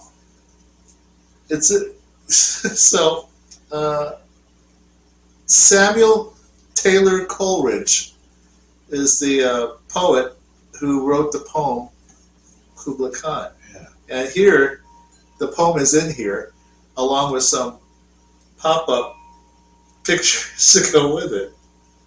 Wow. The Pleasure Dome. Wow, look at that. Look at that.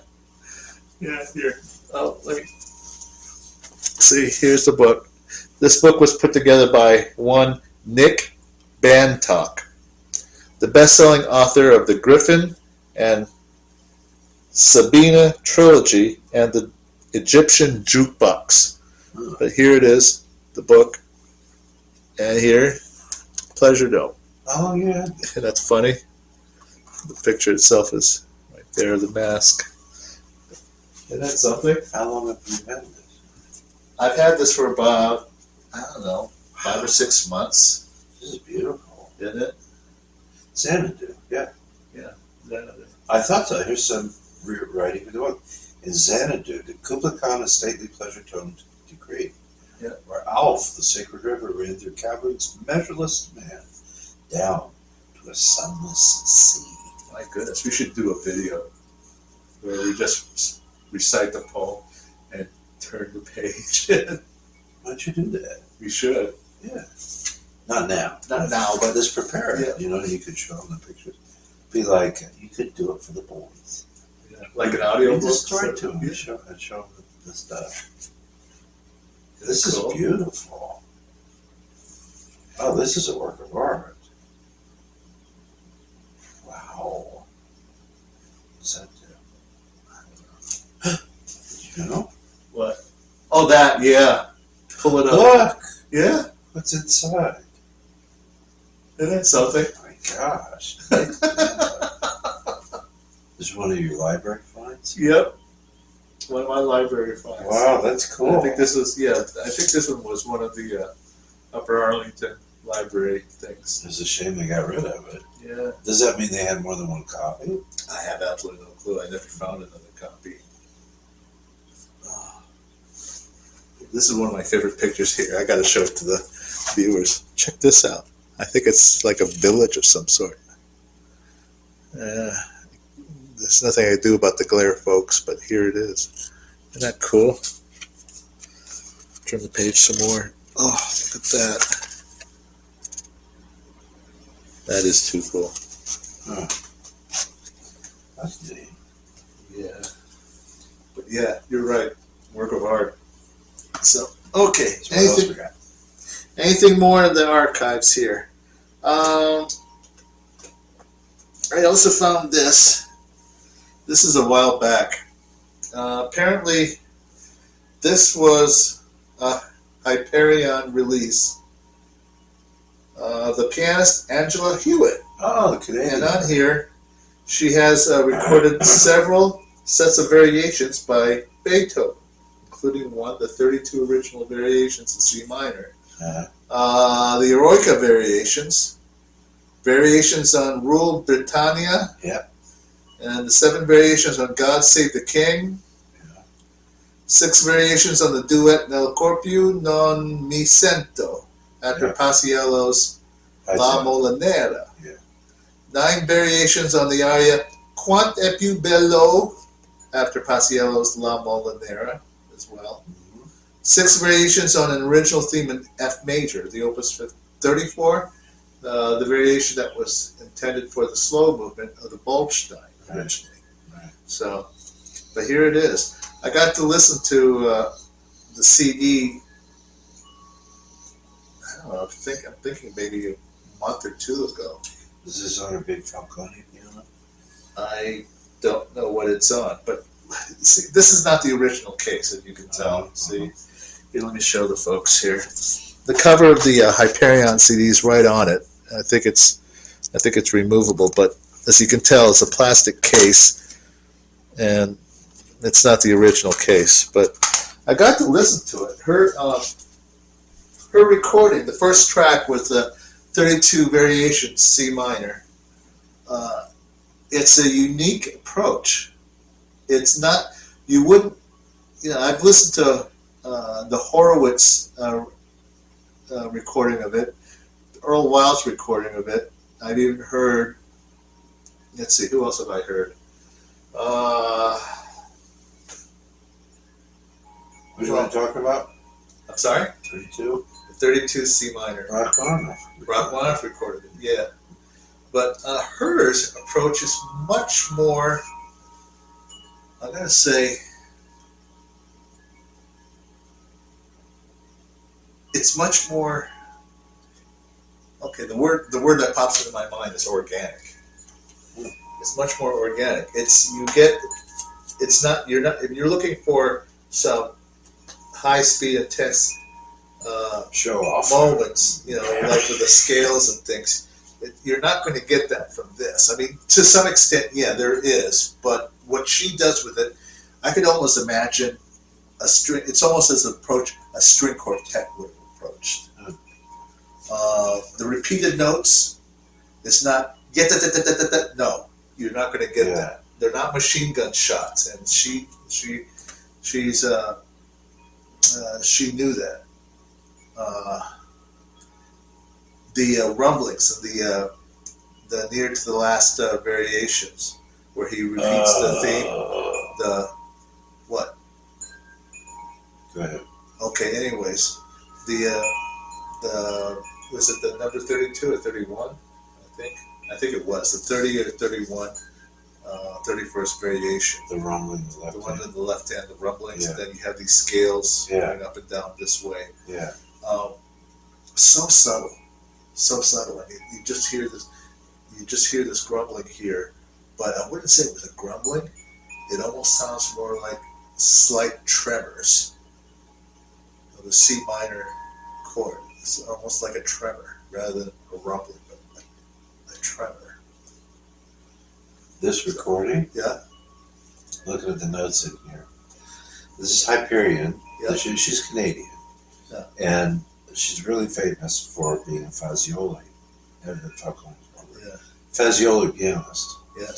That was her only instrument that she plays. I think it could still be the case. Yeah. She has something written in here at the end of the notes.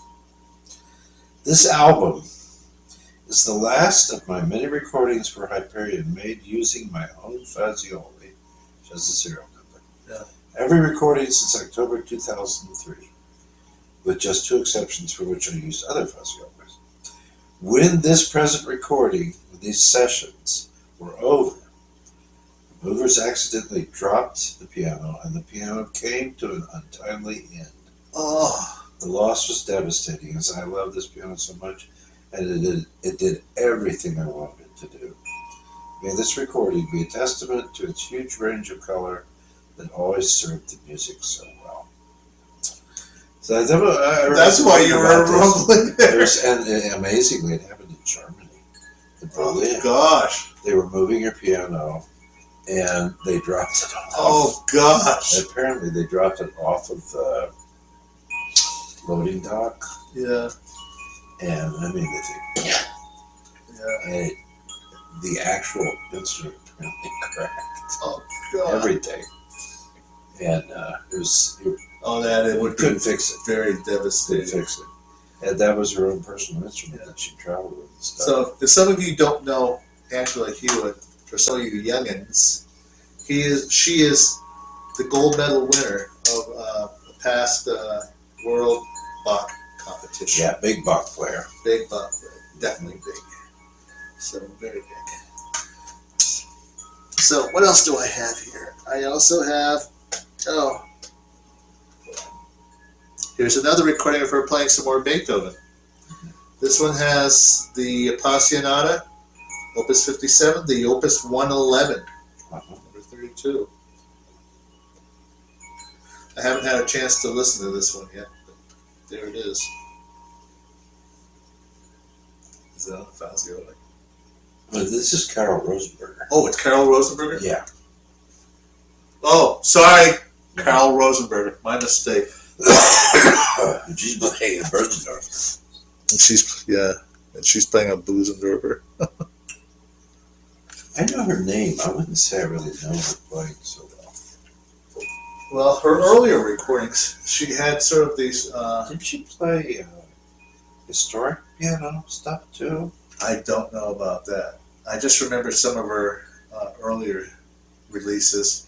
One called "Quiet Moods," where it contained night pieces, and then another That's one was "Water Impressions." Oh, and it God, contained all these. Who was it? Helen Cremon did some concert or recordings like that, right? Yeah.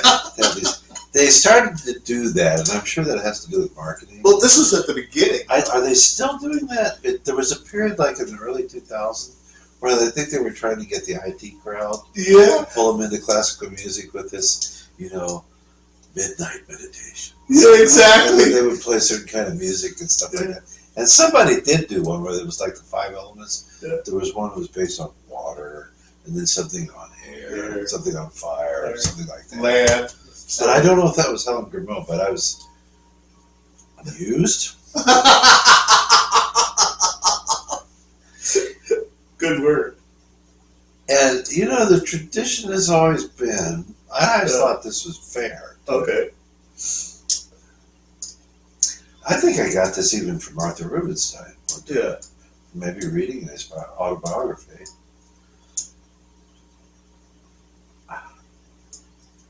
Well, anyway, the idea that we should be a bit humble as performers. Yeah. Because if it weren't for Mozart, if it weren't for Chopin, if it weren't for Beethoven, if it weren't for Bach, if it weren't for Rachmaninoff, any of these guys, who would have a job. Exactly. Would have a career. We're playing other people's music. Yeah. And now sometimes, well, let's put it this way. I think the best of interpreters and musicians are doing what they think is a great honor to the music. Yeah. Some music of some composers lends itself to abuse. Oh yeah, that's true. And then some pianists are more than happy to do that. And what you see is, I don't think I'm allowed to use the word on YouTube, so I won't. Okay. But it means kind of a violent attack on somebody or something. Oh. In a bad way that brings off the music. And it's all about, look at me and my prowess and what I do, Yeah. There is always some of that in this old idea of, what 19th century pianism was about. It's like what Europe did to the rest of the world in the colonial period.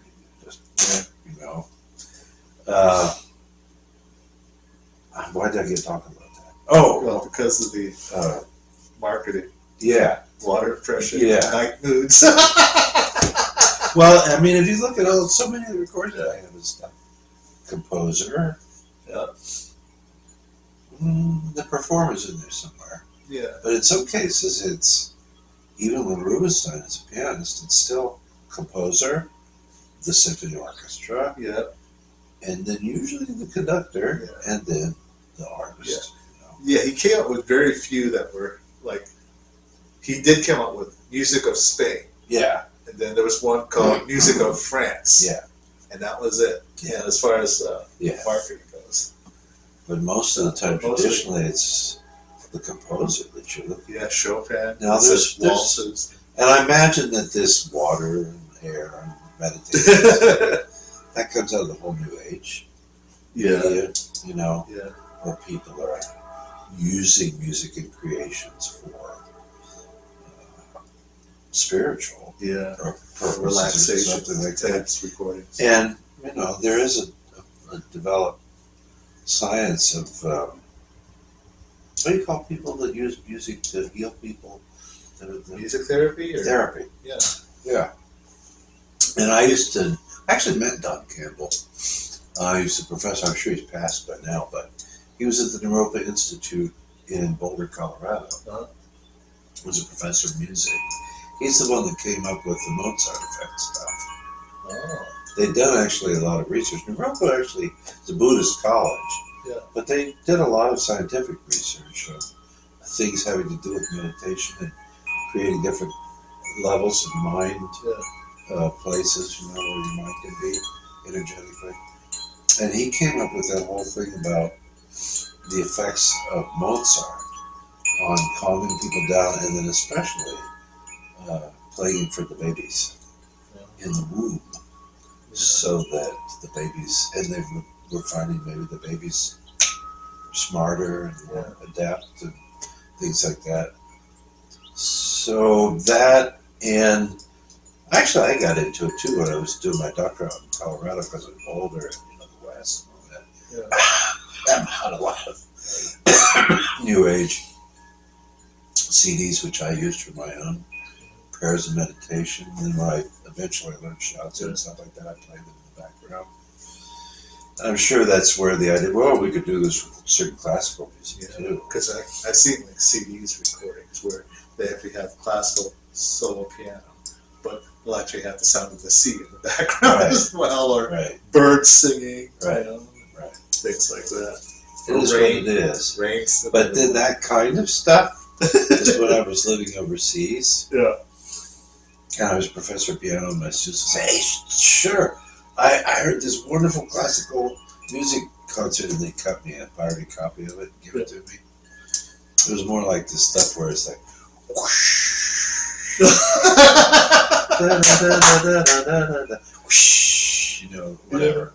Yeah. And it was, along the lines of hybridized classical music, but not what I would call classical music, Western classical stuff. I mean, there's some places where it might actually work. Now, have you ever heard a performance of the Vivaldi Four Seasons, where they actually have somebody recite the poems? No. You've never seen? No.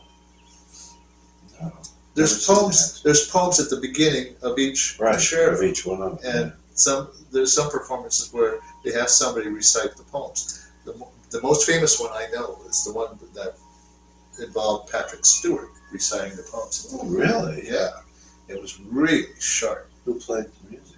I don't remember who the orchestra was, but I might be able to find that recording somewhere in my archives. But it was Patrick Stewart. He recites the poem. There's a whole track where he recites the poem. The next track begins the concerto. I think it's helpful. I've done this with some of my students in the Année de Pèlerinage, just originally in French. This is when Liszt took this trip with Marie de Gaulle, and they traveled around Europe, especially in Switzerland and Italy eventually, and so forth.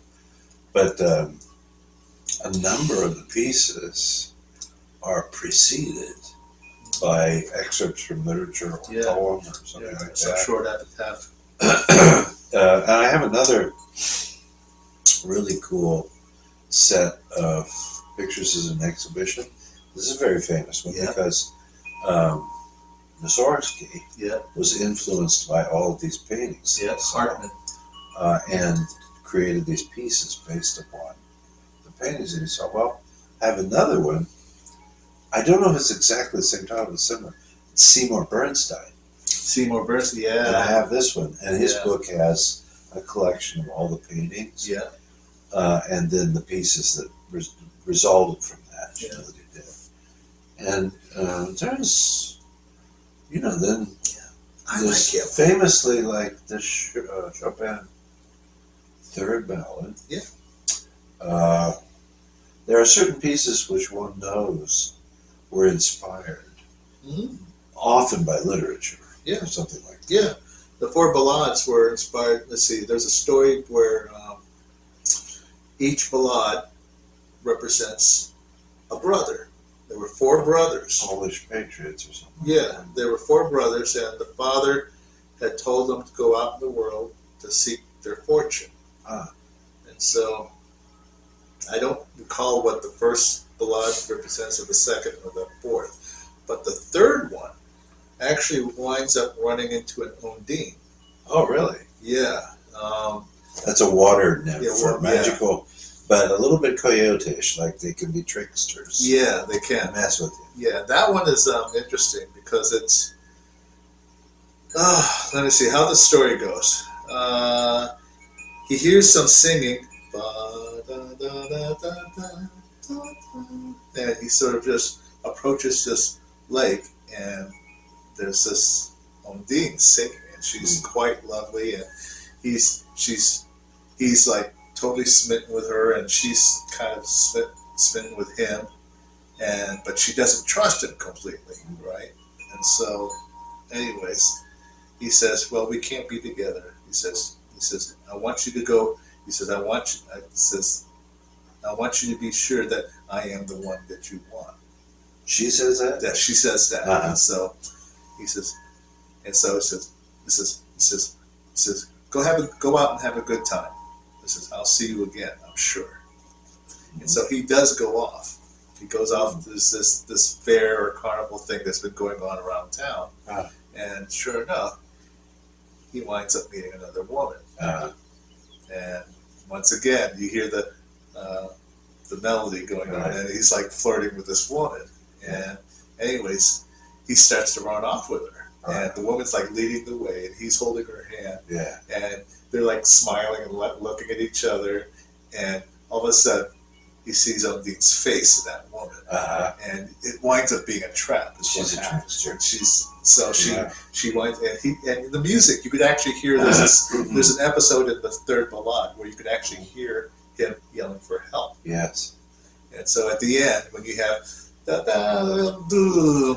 that's her dragging him down to the lake. Wow. Where he drowns. And it's funny because it's a major key. Yeah. That's the funny thing. It's an A flat, and it's it's an A flat major, and I didn't know he drowns her, or she drowns him. I didn't know that story so much was connected with A flat. But it does remind me, you say the key. Liszt was asked one time in terms of Walt Temperament stuff, why did he write O Bourgeois Source in A flat? He says, because it's sparkling and wonderful like a spring. It's like spring water. And Liszt writes, or Chopin writes the same thing in his key. It's a story about an Undine. But it's kind of a little bit tragic. It almost, you know what I mean? It's interesting, in the 19th century, what they call programmatic music, which is music founded upon storyline, or something like that. One of the first examples of that was music of Hector Berlioz, and the Symphonie Fantastique is supposedly one like that. And then he wrote various things like the viola concerto, Harold in Italy, all that stuff like that. Well, it's interesting. There's some composers like Schumann, when he was writing the Carnival and David's Bundertänze and things like that. And actually even the fantasy we know. He's referring to the distant beloved in the first movement, which is about Clara. Their struggles to be together, and they're fighting the Philistines in the second movement, and then in the third movement they're fighting together and have this domestic bliss, great love, deep love. One might say that Schumann is quite famous for that. I think a lot of stuff, but I find it interesting. There's the songs without words. Which aren't his titles, but it's very interesting that the original Songs Without Words of Mendelssohn are not titled. But I have different editions of them. I think that the Dover edition of the Complete Mendelssohn Works has them in their original form, without the titles. But then I have is it Oliver Ditson or some other American publisher, really nice collection. And they have these titles, which I don't think have become universalized yet. Because there are editions you'll find of and I don't know exactly who the origin is, of the Songs Without Words with their titles. And they're usually in whatever the published language is, and then French and German in addition, But Mendelssohn did not give him those. No, he didn't. No. I was thinking of something else about that, but anyway, probably not. So, anyways, What else? okay, I've also been listening to a lot of Chopin lately. Mm-hmm. Here, out of the archives, is an old Deutsche Grammophon release, and it's actually one from the Originals series. Maurizio Pollini performing the Chopin Polonaises. Oh, There's 7 of them yeah. here. So, Does it include the fantasy? yep, the Polonaise Fantasy. Yeah. Yep, it's in there. Wow. It's the last track. Here's another one of the Maria João Perez recording. Love her play. Yeah. She's no more around, is she? I think she is. She is. She's still there. Okay. I don't think she's passed. All right. I thought she did. Anyways, this one contains the first piano concerto. Sort of. The piano. Of Chopin? Yeah. Uh-huh. You know, because it was Right, the that second one. there.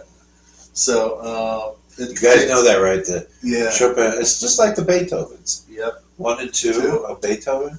Actually, the B flat was first, and then the C major. And Chopin's, the F minor, the second one, was actually the first in Chopin. And if you know anything about their style and the maturity of it, you can tell. Yeah, you can kind of tell. Yeah. There's a wonderful He did it performance with on switcheroo. YouTube of that Polish-Canadian pianist, Lisecki. Yeah. Jan? Lisecki. Yeah. Very interesting guy. Yeah. I heard it, it's kind of by accident at one point, but it was a wonderful YouTube performance with more like a chamber orchestra performance. Smaller group, Yeah. 20, 25 musicians maybe, Yeah. and him at the piano. Yeah. And he's conducting Yeah. from the piano. And it's a remarkable performance. It's so much like chamber music. And he plays the piano part not like, traditional me versus that. No, it's an all integrated kind of thing where some of the stuff in the piano part is more subtle and not necessarily so important. Yeah.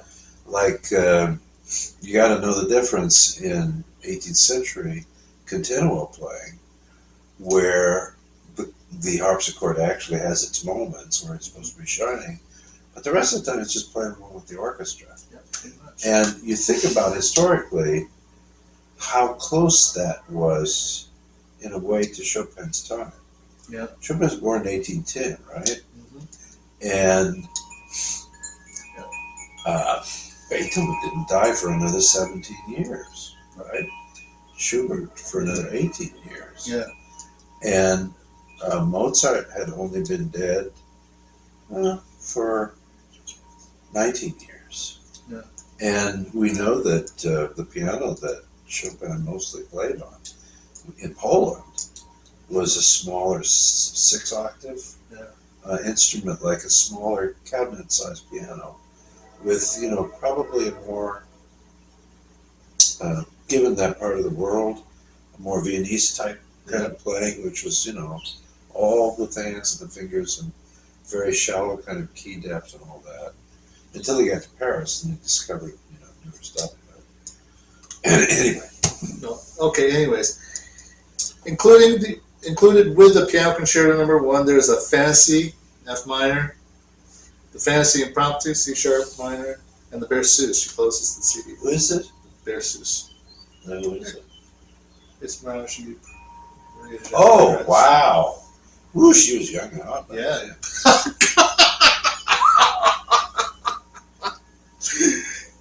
Yowza, this lady impresses me. Oh, here. Every which way. Give some time to wipe your lips. Yowzer, okay? Okay, there they are, side by side. 2 CDs. Okay, I there have you go. the complete Here. Mozart sonatas Yeah. of her having played. Yeah. There's some box sets of hers which I haven't purchased Yeah. because they've sometimes been a little pricey, but Yeah. they've got her complete chamber music recordings and then somebody else has a whole past of different things that she recorded. And she's interesting. She retired at some point. Yeah, she did. Yeah. But then it didn't last. She mentioned she came back. Yeah. And I just got tired of it.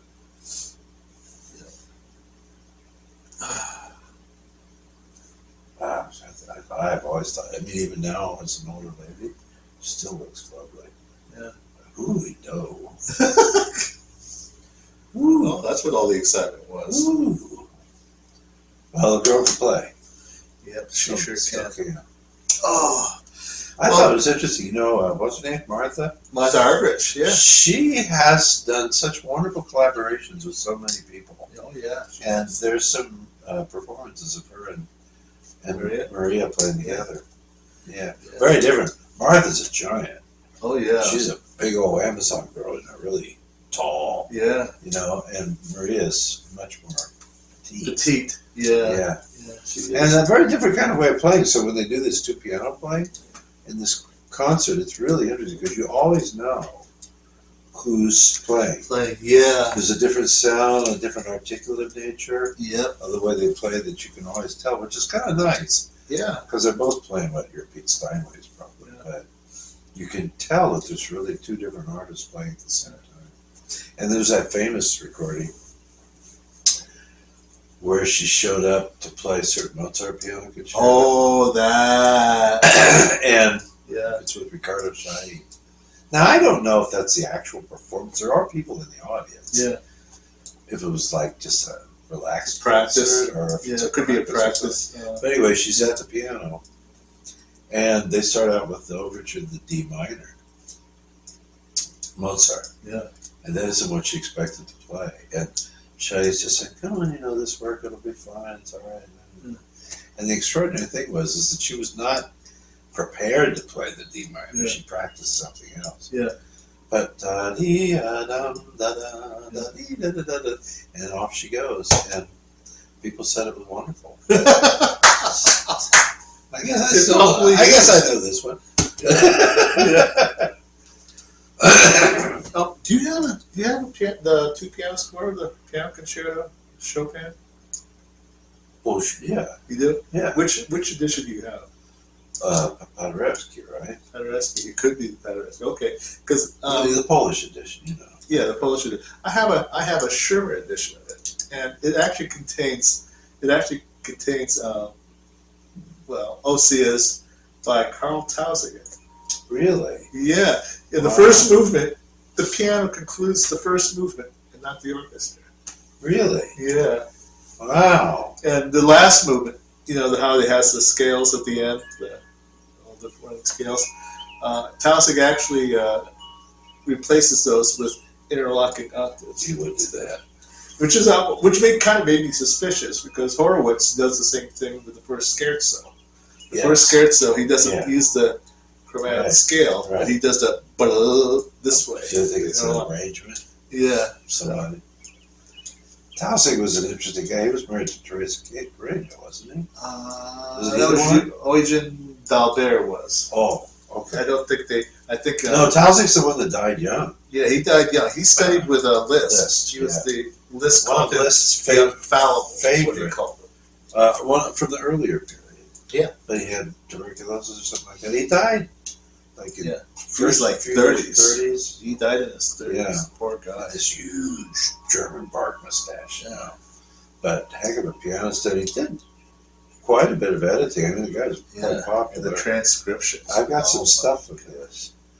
Both transcriptions and his editing are very interesting. Because it's that 19th century thing, like you say, where editing meant throwing some stuff in there that might look or Yeah. taste a little better, you know. Yeah. The meat wasn't rich enough, you know, throw a little bit more sauce in it. Yeah. Yeah, Tausig was very interesting. Very interesting. God. He has some neat music. Well, folks, That's it. I think that's it. I mean, I think this has been like 2 hours. Yeah. And it- Probably.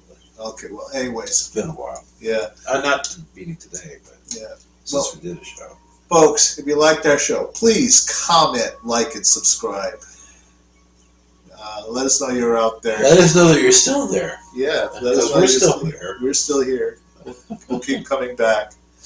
It may not be as often as it used to be, but we're still going through some hard times, folks. Anyways, come back. We'll let you know what we've been working on, what we've been listening to, and perhaps even comment on some current events that's been happening in the piano world. You sent me a link to the next Van Cliburn competition that's supposed to be taking All place. those people. Yeah, is it this year? I think it's this year. 2025? Yeah. Yeah, it's this year. And the comment, it was an article, it was a link to an article that the Van Cliburn competition will be featuring 10 concert pianists from China alone. 10. Mm-hmm. Wow. I think there's only, what, 2 or 3 that are coming from the United States, I think. Can't remember, but that's the majority of them will be coming in from China. Amazing. So anyways, like I said, come back and see us again, and we'll give you some more stuff to look at. This is... I'm Dr. Mark. I'm Elmer, and we are... Mark and Elmer's PSI. Piano Scene Investigations. Say bye, guys. Bye, Tina. Bye, that was long. I thought it was good. Wasn't it? Yeah, it was good. It was very good.